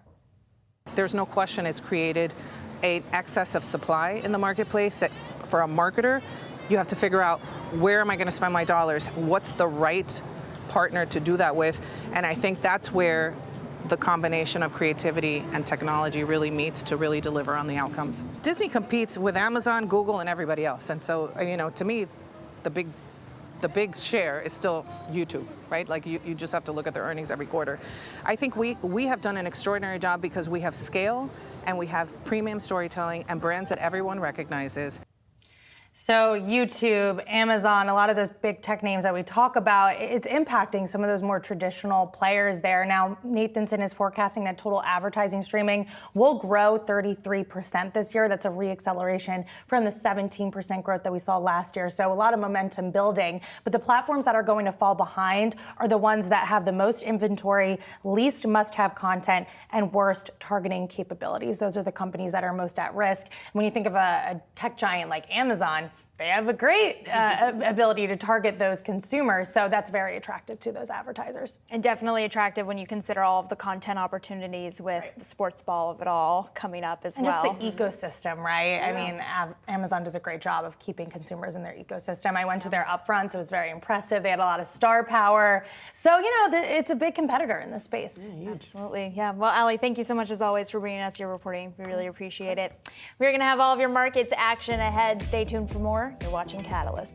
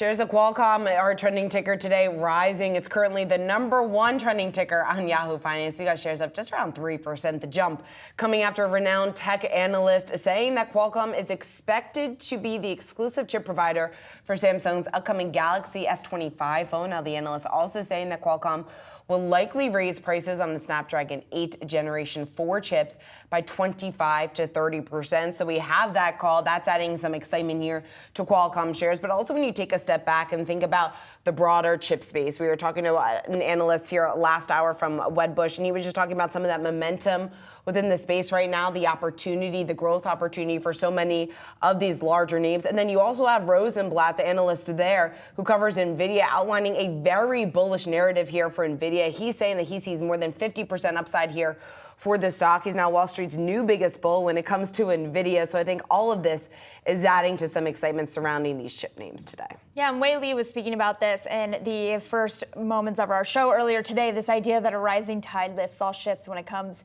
to the chips giants in the room. And I think that's a great point, Shauna, that this price target hike from Rosenblatt on Nvidia, the kind of big guy in the room when it comes to the chips players, that does tend to lead to a broadening of upside potential for a lot of the chips names. If you take a look at Nvidia stock just today, you do see that it hit its bottom just before, or after rather, this Rosenblatt price hike, and then has continued to be moving to the upside following that. So that could be part of why we're seeing this movement in the overall chip sector today. But again, that news on Qualcomm potentially being a big chips provider for Samsung moving forward, also leading to some upside in that stock.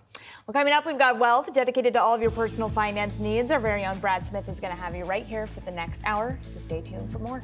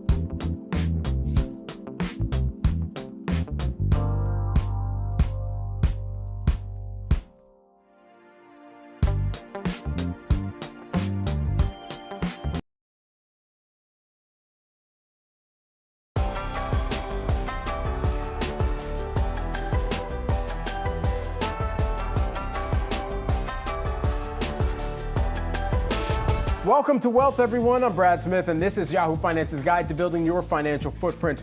Our community of experts will give you the resources, the tools, the tips, and the tricks that you need to grow your money. Hey, on today's show, retail sales in May increased at a slower pace than expected. We'll break down what the data says about the state of the consumer. And some housing hurdles. We're going to discuss how Redfin saying asking rents in May hit their highest levels since 2022 and how that impacts rising prices. Rising rental prices could be a threat to the Fed's fight against inflation. So that on the housing front. Plus, car buying hacks. We'll talk to an autos analyst on why now might be your best time to buy a used electric vehicle. All right, so that on the autos front, but we got to get to our top story today here. This looming large in the minds of everyone, cracks in the consumer. Retail sales in May growing at a slower pace than expected. High interest rates and inflation weighing on the consumer. And here with more reaction, we've got Chris Grata, who is the Argus Research Director of Economic Research and Senior Retail Analyst. Chris, great to have you here with us. So you see a print like this come out, wondering what goes through your mind, especially as the consumer perhaps showing some signs of slowing compared to the expectation coming into this report. For the Fed, at least, that would signal, all right, maybe there is a trend that will start to be locked in that warrants a cut. So the number was a little bit slower than we expected on a year-over-year basis. I mean, the dominant theme over the last year is that inflation is weighing on people's budgets. They're spending more of their money on food and staples and basics. And where that's affected the retailers and the retail stocks is they've had less money to spend on discretionary items, which tend to be at places like Target and even Walmart.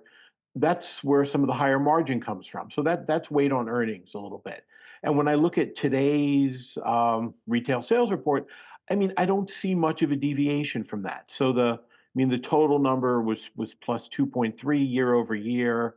Ex motor vehicles was 2.5.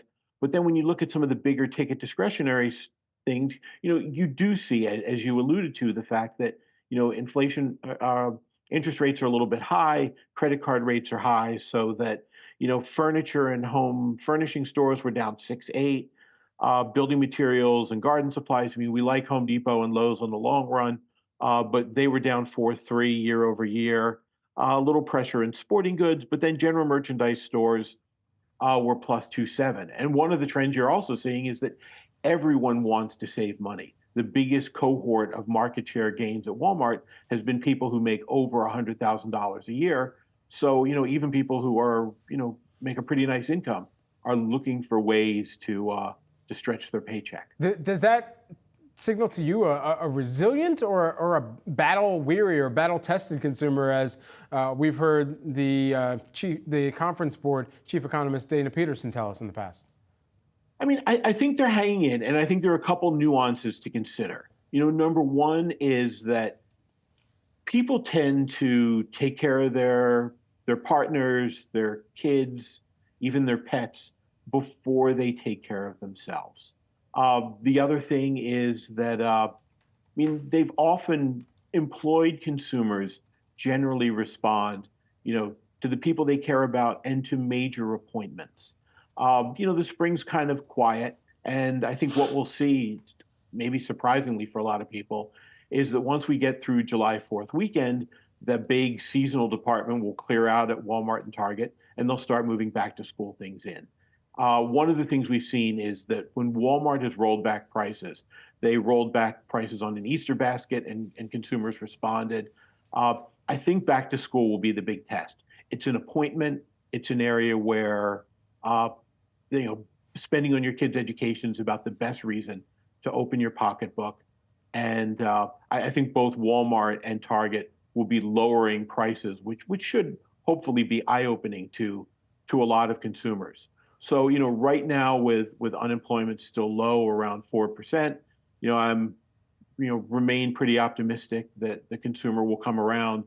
But I mean, the numbers are the numbers in the discretionary categories, and people are indeed feeling, higher interest rates, higher credit card rates when they have to make bigger ticket discretionary purchases. That's really interesting what you're saying, Chris, about the potential back to school reset, or barometer here, back to school barometer. What does that mean, though, potentially for a pricing reset, where we've got perhaps a little bit more of the thought among some of these companies that are engaging with the consumer, okay, we just need to bring prices down. Not about deep discounting or not about looking like, we're just trying to make sure that people know that there's a heavy promotion, but maybe that's just the new price. Well, I think number one, we're probably not going to see wide scale across the board prices being lower. I mean, we'll see lower inflation, which is lower year over year increases. Costco called out in their last call that, inflation's kind of flat. I mean, they are lowering some prices in discretionary merchandise where they're able to pass on lower freight costs. We probably will see some more promotions. And I think in spot cases, whether it's, trying to get early Christmas dollars or, trying to get people in the stores for back to school, we will definitely see some bargains. But, one of the big confusions is that, the policy sort of wonks and the economists are saying, the inflation rate is coming down, which is the rate of change. But people on the street are saying, it costs me 20%, 25%, 30% more to fill my grocery basket. So there is a little bit of a disconnect there. But I do think the rate of change, the rate of inflation should be slowing, and we will see some rollbacks. Walmart lowered the price of rotisserie chickens, which people responded pretty well to. They took down French bread. So, I think these value-based retailers kind of know how to get people to respond. And back to school's got a high correlation with the holidays. So this will be important in the next few weeks. French bread and rotisserie chicken. I'm hungry. Chris, thanks so much for taking the time here today. Chris Graha, who is the Argus Research Director of Economic Research and Senior Retail Analyst. Chris, great to see you. Thanks. Well, rents all over the country are rising, and that's threatening the wider moderating inflation story. For more on this, we've got Yahoo Finance's Danny Romero here in studio with us. Hey, Danny. Brad, renters can't catch a break. I mean, it's hard to get into the housing market, and now the rental market is also looking like a dilemma here. Rents are rising in the Northeast and also in the Midwest, but remember, rents usually go up during this time of year because people like to take advantage of the warmer weather. But it's also important to point out that rent growth, rental inflation, asking rents for new leases remains flat over the past 12 months. That's because there's been so much supply that has been added to the market, so that has pushed rent prices to cool off. But remember, big landlords are actually taking advantage of this strong job growth that we have seen in the labor market. So they have been increasing on renewed leases by about 4% or more. But remember, higher rent prices, that does complicate the picture for the Federal Reserve, who has been pretty much counting on housing costs to come down. And then there's another side to this supply issue too, Brad. Large apartment owners have said that renters aren't moving out because they're buying a home, because the housing market is so difficult right now, right? We have limited inventory in the housing market, high mortgage rates, and also high home prices. So that's keeping a lot of people in the rental market longer. So that means there's really strong demand for rents. Wow. All right. So we've also got home builder Lennar out with second quarter earnings, even as we're thinking about this broader home economy right now. A home builder citing the choppy mortgage rate environment as a headwind. So can you tell us what the earnings report is really saying about the housing market? Higher mortgage rates is still going to be a dilemma for the housing market. Home builders like Lennar have been offering incentives like the mortgage rate buydowns. That's when the builder upfronts the cost to lower the rate on the loan to really help buyers jump back into the market. Lennar reported, though, a better than expected second quarter earnings. Their revenue rose 10% to $8.8 billion. But you know what really helped them? They cut home prices. The average home delivered was $426,000 in the second quarter. That is down 5% from last year.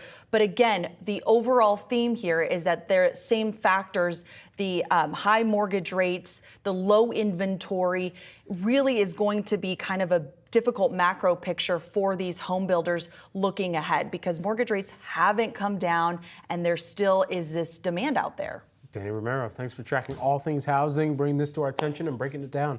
Appreciate it. Everyone, coming up, we're talking women on the golf course and in the boardroom and everywhere you look. I'll let you know how they're connected on the other side of the break.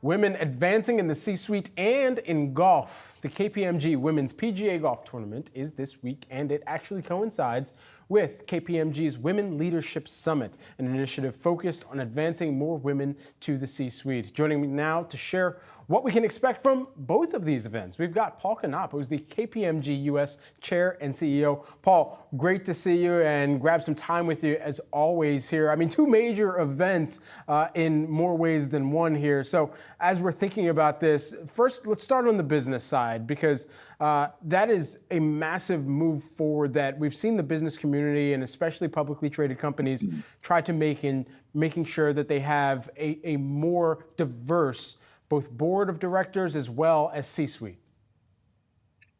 Brad, it's great to be with you again. Yes, I'm here on site at the Holly Country Club in Seattle, where we are hosting the KPMG Women's Leadership Summit in conjunction with the KPMG Women's PGA Championship, which starts on Thursday.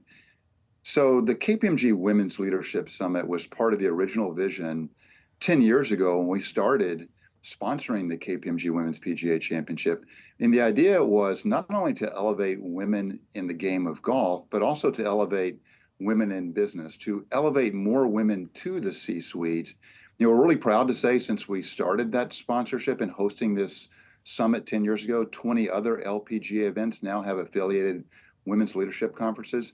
At the particular KPMG Women's Leadership Summit we're hosting tomorrow, we're going to have amazing speakers from politics, media, business. We're going to have Mike Sievert, the CEO of T-Mobile, Carol Lawson, the women's Duke basketball coach, to talk about high performance.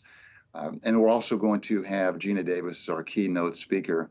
And the idea really is to ensure that we do more to elevate women both in sports and to the C-suite into the future. Certainly. What are you hearing from companies as they are trying to ensure that they're enacting the best strategy to attract and retain women talent, female talent? Well, it's really an imperative in today's world, particularly where you have more women going to college than men, to ensure that women look at your organization and see people like them in the organization. We have a study every year in connection with the KPMG Women's Leadership Summit. The study this year revealed that 73% of the women that previously attended the summit, so if you will, there's been 2,500 women attend the summit over the last 10 years, 73% said that they have aspirations for the C-suite, and they think it's within their sights. And really importantly, though, too, Brad, 78% of those women noted that in their own organizations, they're seeing more representation in the C-suite for women. So that shows us a lot of progress. But at the same time, we have to understand and appreciate the obstacles. We have to continue sponsorship. We have to have highly effective succession planning to make sure that we do get more women into the C-suite and into leadership positions overall. You know, it's interesting, coming into this general election this year, it seems like there's been more of a weaponization of diversity, equity, and inclusion, and making sure that you do have women who are elevating into more roles. That is part of diversity, equity, and inclusion as well. So where can companies who have started to remove that language or be less vocal about what they're doing make sure that both their internal constituents and their external clients continue to know the work that they're doing on that front and actually continue to move it forward and more than just talk? Well, certainly we have to recognize that while women aren't underrepresented in society overall in the U.S., they are certainly still underrepresented in business. And so what we have to do is continue to focus on some of the things I talked about earlier, which is sponsorship of women in business, making sure that we have accountability of leaders to make sure more women are in leadership positions and in the pipeline for the C-suite in the future. All those things are critically important, along with great succession planning to ensure that women are represented in succession plans. What overall, though, with respect to diversity, equity, and inclusion, what we see is that Generation Z and millennials are the most diverse they've ever been in terms of a population. And we have to recognize in the business community that that's the talent of tomorrow. And if that talent is more diverse, we need more diverse talent in our businesses to make us sustainable and successful for the long term. Absolutely. All right, Paul, we got to talk a little golf here as well. I mean, this is a significant partnership that you've got for the Women's PGA Championship here. And as you mentioned, your boots on the ground. There's some new tech that's involved in golf as well, whether you're on the viewer side or whether you're kind of experiencing the game as a player here. What is the latest development that's kind of being talked about on the ground there? Yeah, Brad, we're really excited about the technology that we're bringing to this game to elevate the women and elevate their performance. So KPMG Performance Insights, KPMG is an organization that helps companies solve their most complex problems around technology, around generative AI. And we're bringing some of those solutions along with 5G technology from T-Mobile to bear to really elevate the women's game. And the way we're doing that for the first time at the KPMG Women's PGA Championship is we're integrating technology from the PGA of America into KPMG Performance Insights to capture shot data for every one of the approximately 24,000 shots that will be taken this week by the women on the course, so that they can get that information, use the data and analytics around that shot level data, and improve their game. So if you can imagine a woman shoots 73 and she comes off the course and she's wondering exactly where did my game not go right this day. She will look at KPMG Performance Insight dashboard. Each player has an individualized dashboard that's available to not only the women athletes, but to the fans. And she can diagnose her game. She can look at whether it's a short game, her driving, her putting, and then go to the range or to the putting green and start to work on that.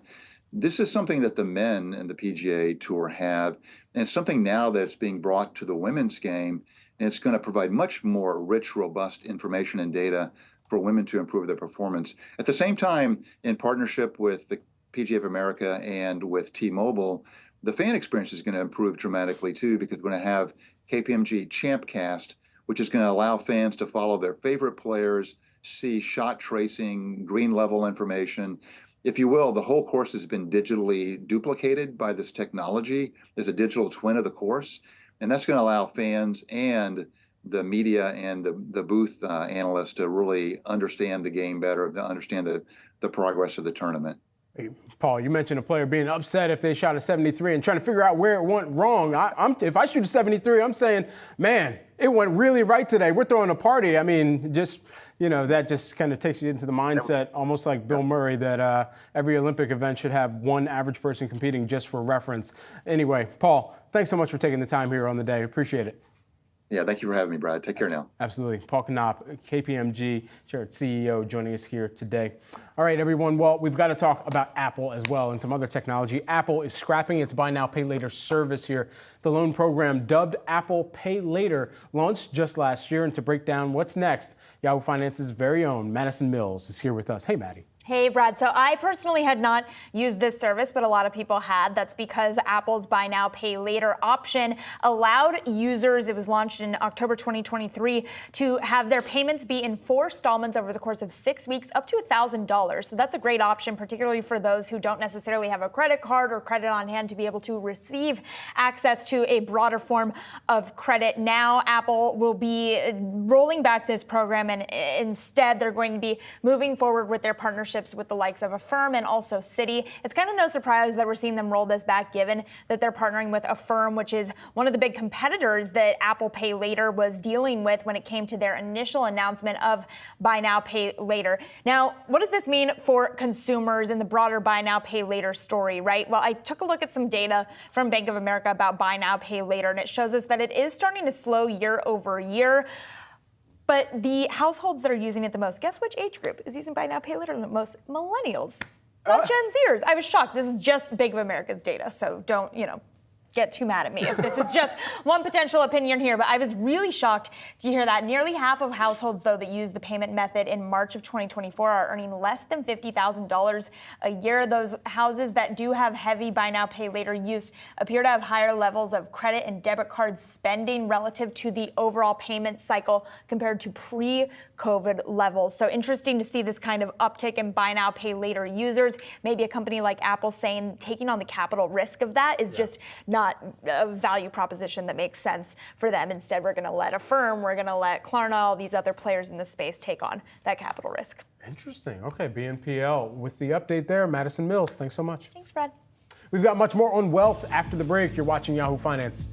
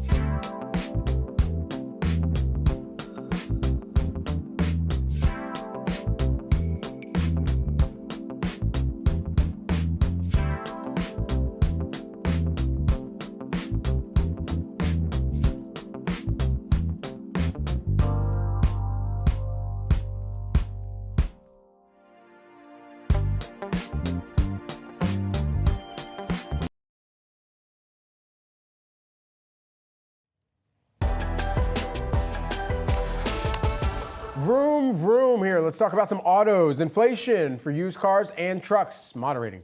Down more than 9% from the year prior as revealed by the latest consumer price index. But the price difference between used EVs compared to used combustion engine gas vehicles is stark. According to ICCars.com, used EV prices dropped below used gas cars by $265, down in February. Now, that number has widened to a whopping $2,657 in May. So here to dig into the data, we've got Carl Brower, who is the ICCars.com executive analyst. Carl, great to have you here. What do you think is driving this gap that we're seeing now?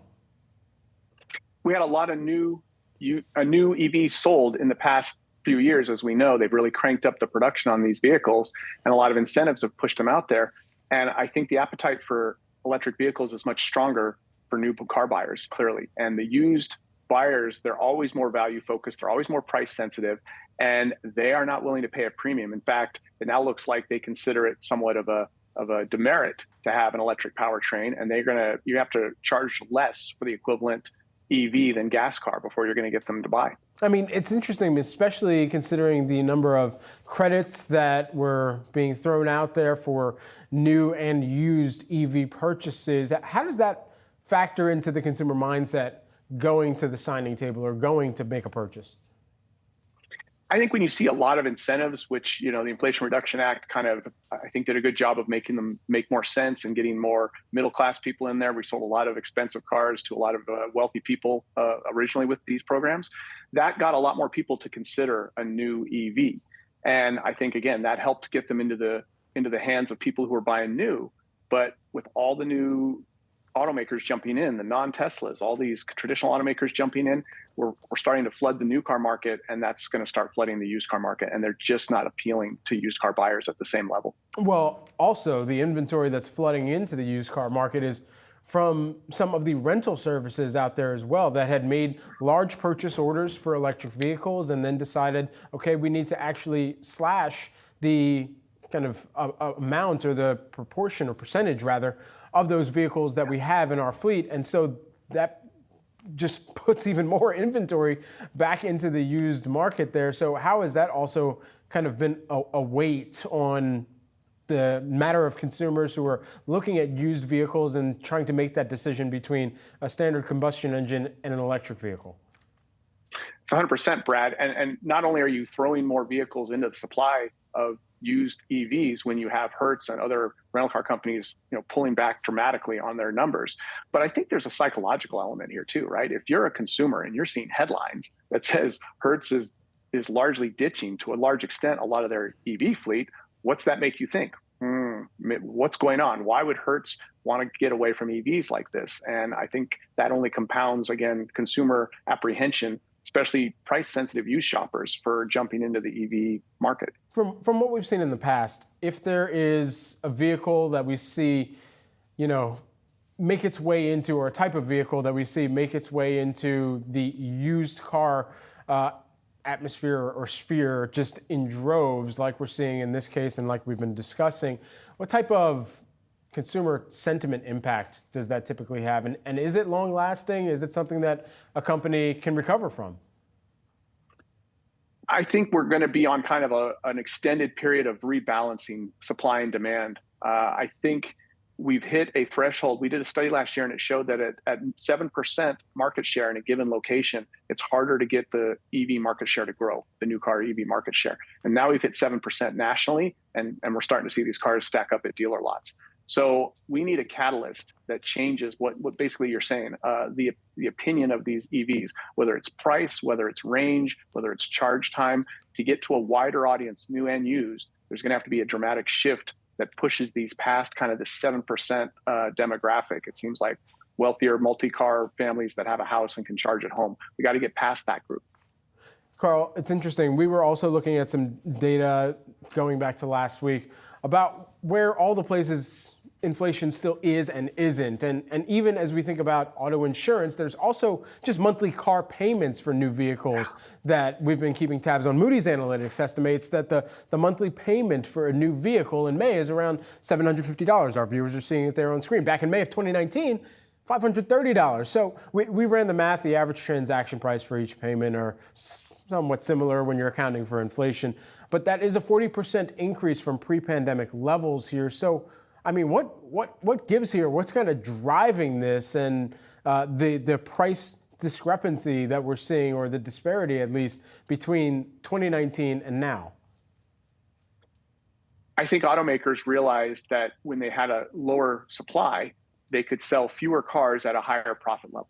And you saw them killing, like, base models, or if it was all-wheel drive and front-wheel drive options, they just went with all-wheel drive models. So automakers, believe it or not, have kind of made out pretty well, and you see in a lot of their numbers, because they're selling a lower volume, but they're selling it with more profit per unit. And I think they've discovered this and they kind of like it. Now we're seeing incentives come back. They're kind of getting pulled back into we got to produce more cars and have more options on the dealer lots. So that should start to drive prices down. We have seen them come off their highs, but I think we're a long way from getting back to pre-pandemic levels, because we had this long buildup of supply shortage and demand build. And it's going to take a while to release all that pressure that built up then. And you have people who still have enough money to pay this kind of price for these cars, and they're doing it. It's unfortunate to see people taking out these kind of loan levels, though, with $700,000 monthly payments. That's kind of crazy. Carl, super quick before we let you go. We only got about 15 seconds here, but Fisker bankruptcy, that coming across this morning. What type of net impact do you see that having here, and especially for those owners of Fiskers, or even the people that were thinking about buying one? Well, this is round two, so it's kind of a fool me once thing, right? I mean, if you bought a Fisker and now you're going to try to drive it for a while, I don't know how you're going to get it serviced. It's unfortunate. And what's more scary is this might be the first in a trend line we're going to see on these EV makers. It's a tough market to make EVs. Carl Brower, who is the ICCars.com executive analyst. Carl, always a pleasure to grab some time with you. Great insights as always. Thanks. Thank you. Certainly. Everyone, we've got much more wealth after the break. You're watching Yahoo Finance.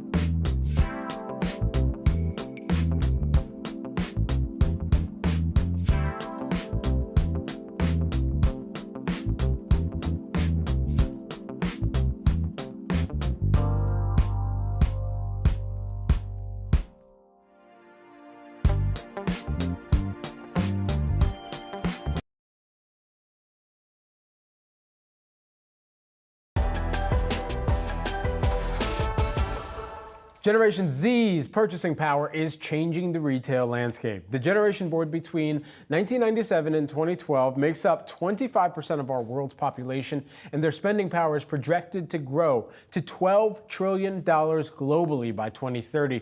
Nielsen IQ collaborated with World Data Lab to issue the first of its kind comprehensive spending report called Spend Z.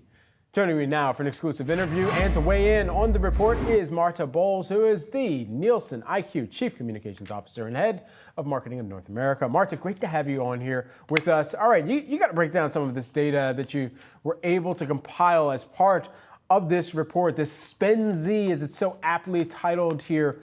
What was the biggest finding that jumped out to you? Well, I just think it's going to be both, and you kind of highlighted the numbers, it's going to be not only the largest generation, but it's also going to be the wealthiest. And so, and it's also going to be, the spend is also shifting into emerging markets. Obviously, a lot of the spend will come from Europe and North America, but also growing as APAC.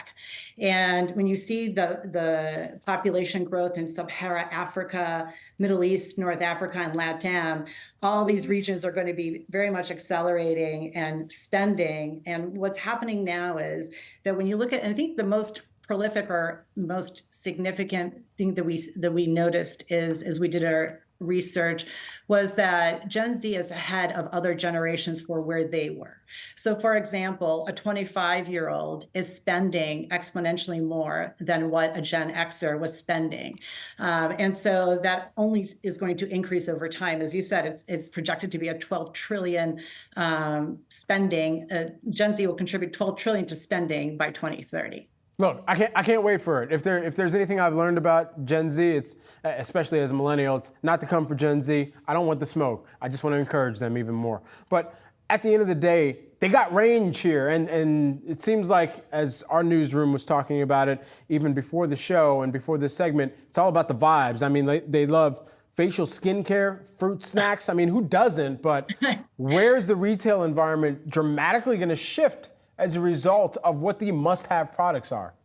Well, when you think about it, what's kind of insane, and I'll talk about 81% of TikTok's dollar sales are supposed to come from both health and beauty. And when you think about fruit snacks, facial care, probiotics, probiotics really are something that Gen Z is already tuned into. Gut health is something that they're very tuned into. And one of the things that's really driving all of this is the fact that this is a generation that is the first digitally native generation. And what do I mean by that? They're used to operating in an omni-channel environment. They expect brands to be omnipresent.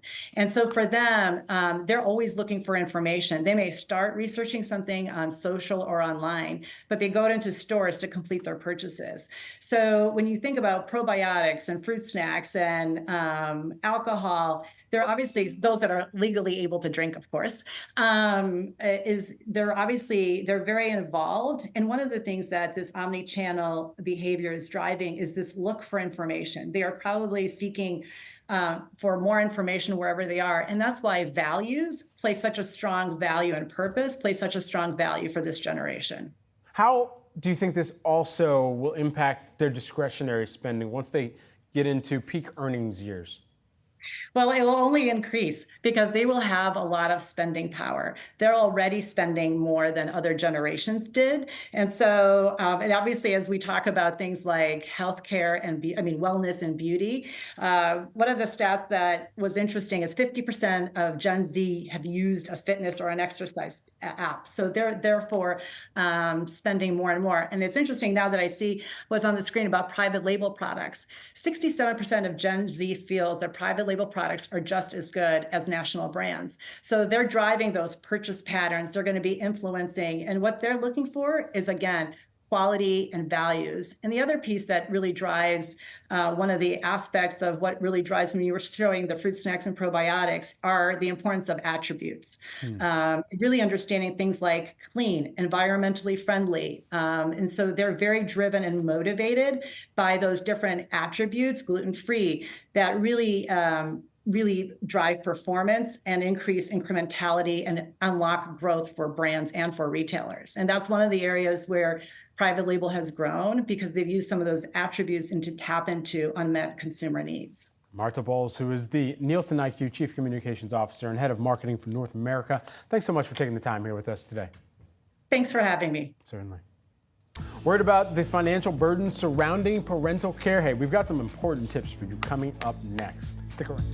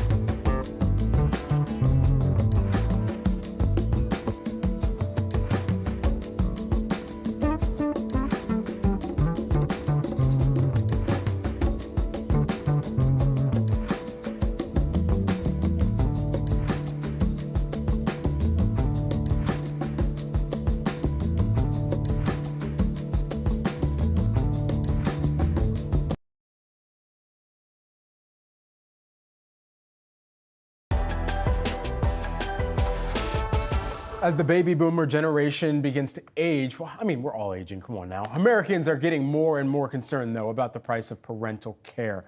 According to a 2021 AARP survey, family caregivers spend over 1/4 of their income on caregiving activities, with 78% of respondents reporting regular out-of-pocket costs. So, to help us with some tips on how to navigate this essential service, we bring in Lizetta Rainey Braxton, who is the Lizetta & Associates founder and CEO. Thanks so much for joining us in studio today. Thank you for having me, Brad. All right, so this is a concern for a lot of families net who are trying to figure out where the costs have elevated, where they can offset some of those costs, and what type of balance they also need to make sure that they're instituting. So from the level that we can begin to break those things down, what are the top concerns that you're hearing first and foremost?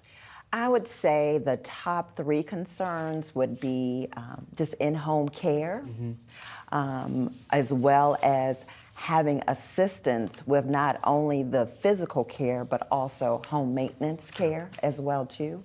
And third is actually time. The time that is necessary to be a caregiver, particularly for those who are still working. Certainly. With that in mind, I mean, we were talking about some of the financial constraints too. How much more are you finding that people are allocating as they're trying to prepare both financially and for their family to have the amount of time to be able to spend caregiving as well? I think it's going to be important to share this important fact that a lot of people are not thinking about. There are 7 generations that are living now. As a Gen Xer, right in the middle, 3 ahead, 3 behind. Wow. So you have the greatest generation, the silent generation, baby boomers. And then behind Gen X is the millennials, Gen Z, and Gen Alpha. So when we are talking about care, I easily could have care for my mom, who's still living, thank goodness, and my grandmother as well too, if those resources are needed. And then thinking about the children as well too. So I think it's important to say, how many people are you caring for? And will your household finances sustain what you need, what your children need, and then maybe the generations ahead of you? So there are ways to tap into some government assistance programs as well.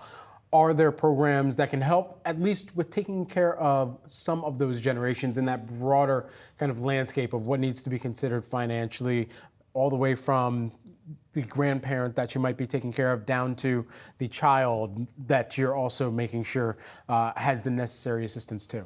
When you're talking about governmental programs, I think it's two things that need to be kept in mind. One is there is private pay for those who do not qualify, which is point 2, for governmental resources. When it comes to long-term care, because that's an area that is still challenging and plaguing this country, what are the resources that will be able and available? So many people look at Medicaid. Once again, you have to be eligible. It's based on your household income and resources that you have. If you have too many resources and you have to spend down, there are even some families who are doing asset protection so that they can be eligible for resources such as Medicaid. If you're a veteran, thank you for your services. You also will have options when it comes to in-facility care or home care. And then for those who are local, look at your aging resources as well too. There are some funding available as well. Lizetta, thank you so much for taking the time here in studio with us. Lizetta Rainey Braxton, who is the Lizetta & Associates founder and CEO. Great to see you. Thank you, Brad. Important conversation today. Absolutely. Everyone, the Cannes Lions Festival of International Creativity is in full swing. Celebrities, business leaders, everyone in between, mingling in the south of France. Our own Rochelle Akufo is there and was able to sit down for a chat with Blake Chandley, who is the TikTok Global Head of Business Operations. Take a listen. Joining me now on Yahoo Finance is Blake Chandley, TikTok President of Global Business Solutions. Thank you so much for joining us today. Thanks for having us. We have this amazing backdrop, lots of announcements. So of course, we have to start with some of the key ones for you. Yep. We've now got a date, an appeals date for the TikTok ban that was effectively put on the cards here after President Biden signed that bill into law about divesting ownership from ByteDance, from Chinese ownership, or risk a ban. Talk about your reaction to that and where you see it going. So it's now more moving to litigation, so I won't speak a lot about that. I will say that we're confident in our position. We think it's a ban. We think that from a legal perspective that the law is with us, and we're looking forward to the challenging it. And from what I saw from when you the first announcement of that law coming into place, but then the brands didn't seem to have that same reaction. They were, in fact, flooding to the meeting that you had just a week after that announcement. Yeah, I think flooding is an interesting statement, but the brands are excited. I mean, we're here in Cannes, we're talking about advertising. The enthusiasm's there, it's amazing. People are passionate, they're excited, and they're really supportive of TikTok, which is great. And so I want to ask you about another announcement here, your Symphony digital avatars. Yes. Talk about the goal of this and how you see that scaling the business for creators and advertisers as well. All right, great, and thanks for letting me talk about this. We're really excited about avatars. We think it's a huge step forward in the creative process. So we've been working with creators and with brands for a while now to make sure that we're building something that really meets their needs, right? There's a lot of concerns about the role of avatars versus the creative community, and the position we're taking is we want to amplify their voice. And a great example of that is, today a creator, when they create a piece of content, they create a single piece of content and they put that up on the platforms and they look and see what happens and they go create another piece of content.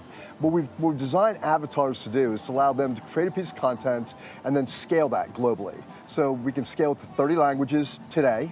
So you can create it in Spanish or in English, and you can scale it to 30 languages, which immediately gives our creator community the ability to reach audiences they've never been able to reach before. And similar on the graphical side of things, they can create different backgrounds, they can do different things. So the idea is how do we enable and empower our creator community? And it's interesting because people can either have a custom avatar or use a stock one.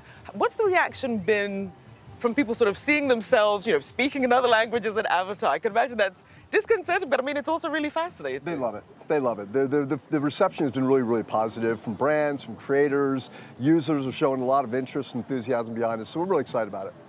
And so when you look at where partnerships and collaborations go now with partners and creators, what does that look like for you, say, over the next 5 years? Yeah, I think there's a lot that's going to change in the space over the next 5 years. We're really excited about it. Whether it be ecosystem partners like the Adobe launch we made today, which is we're allowing our music library now to be part of their creative suite, which is a great thing for creators and for brands alike, all the way through to different ecosystem partners that are yet to come about. AI is changing the game for our community, the advertising community in general, and we're all really excited about it. And so then when you think about really making the most of viral moments, something that of course TikTok is known for, when you have something like the Olympics or some random trend that just seems to pop off out of nowhere, what are some of the tools and resources that some of these brands can use to capitalize on that moment? So TikTok is known for the cultural moments. It's driving culture in many ways, whether it be in sports or whether it be in beauty, whatever it might be, where there are these moments that happen that go viral, to your point. Right? What we're doing is enabling brands through a variety of different products to allow them to identify virality very quickly, whether it's with their brands or outside of it, and then align themselves with it. So we have a series of products, one's called Pulse, which allows brands to literally have their content appear right next to the most viral content on TikTok. Doing it within the needs and having the safety and the adjacency challenges that they have sometimes. They want to make sure they're with the right content, the right time, the right audience, and that's what we're really building for them. And so then when you're looking at some of these targeted ads, if you're a newcomer, you're trying to get your voice heard, and there's this sea of well-known established brands, what is there for the little guy coming in here trying to make a splash? Well, I will tell you, TikTok has an amazing role within small businesses. So in the US, for example, alone, we have 7 million small businesses that use the platform to help build their business, to build their brands, to reach audiences they can't reach elsewhere. Because it really TikTok is democratizing advertising in that sense. And so small businesses can create amazing content that goes viral. We've all heard the stories of a small local business that all of a sudden, goes from doing $50,000 a year to $16 million a year. Or a deli, there's a great example is a deli. I was on my way out here actually, and I was coming from New York City, and I was in a cab heading to the airport at JFK, and we drove by and there was this long line, but there were 100 people outside this deli, and I said, what's going on there? He goes, oh, that's the TikTok deli. Randomly, that's the TikTok deli, right? And this was an amazing sandwich shop that had gone viral on the platform, and now people were swarming there from all over the country. And so that can be a lot for a small brand. What sort of support do you then offer when it comes to scaling up? If there's someone who has perhaps really no background other than like your small business. Yeah, well, there are a series of tools that are self-serve tools, as well as we have teams that are helping small businesses, whether it's finding the right creators to work with or having the right voice on the platform. And so when you think about different generations, people think of TikTok primarily as somewhere that Gen Z likes to go. But how do you get more people, more generations into it so that they don't feel like, they're too old for it? Fun fact, the average user on TikTok is over 30 years old, right? And so that's a reflection of the kind of content that's on the platform now. It went from, in early days, really kind of lip syncing and dancing, which was very akin to the younger generation, to the content that's there now around book talk or edu-talk or clean talk, which is a phenomenon, a community on the platform that loves to clean their homes. So there's something for everybody. All generations are on it now. And do you ever see at one point TikTok becoming an everything app? Especially when you think of what you see with like live shopping and especially when you're introducing things like avatars that allow you to be more flexible. Yeah, I think we do a lot of things in that area now. I think that TikTok's become an important part of people's lives, but it's important to know that it's an entertainment platform today, first and foremost, right? Versus a social platform. Now, we're adding things like shopping into it and live capabilities inside of TikTok as well, which is an important part of the user experience. So we'll continue to build features and functionality and innovate to make it as important as people want in their lives. And something that's interesting, and people may not be fully aware of it, just how much of their news they get from TikTok. In fact, Pew Research found that the share of people going to TikTok for their news has doubled since 2020 to about 43%, especially in an election year. How do you harness a lot of the attention that you're going to get from news with some of these brands and creators? So I think news is an interesting one. You bring up a great point. That's good knowledge. Increasingly, especially Gen Z is finding more and more of their news on the platform. And so, as we think around how do we build the right kind of policies, governance around that, it's really important. And then brands want to know where their brands are appearing in the platform. And some of them want to be around some types of content. They don't want to be around other pieces of content. So we give them the tools to select that.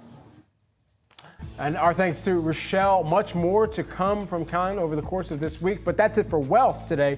I'm Brad Smith. Thanks so much for watching. And stay tuned. We've got Market Domination with Julie Hyman and Josh Lipton coming up at 3 p.m. Eastern Time. You don't want to miss it.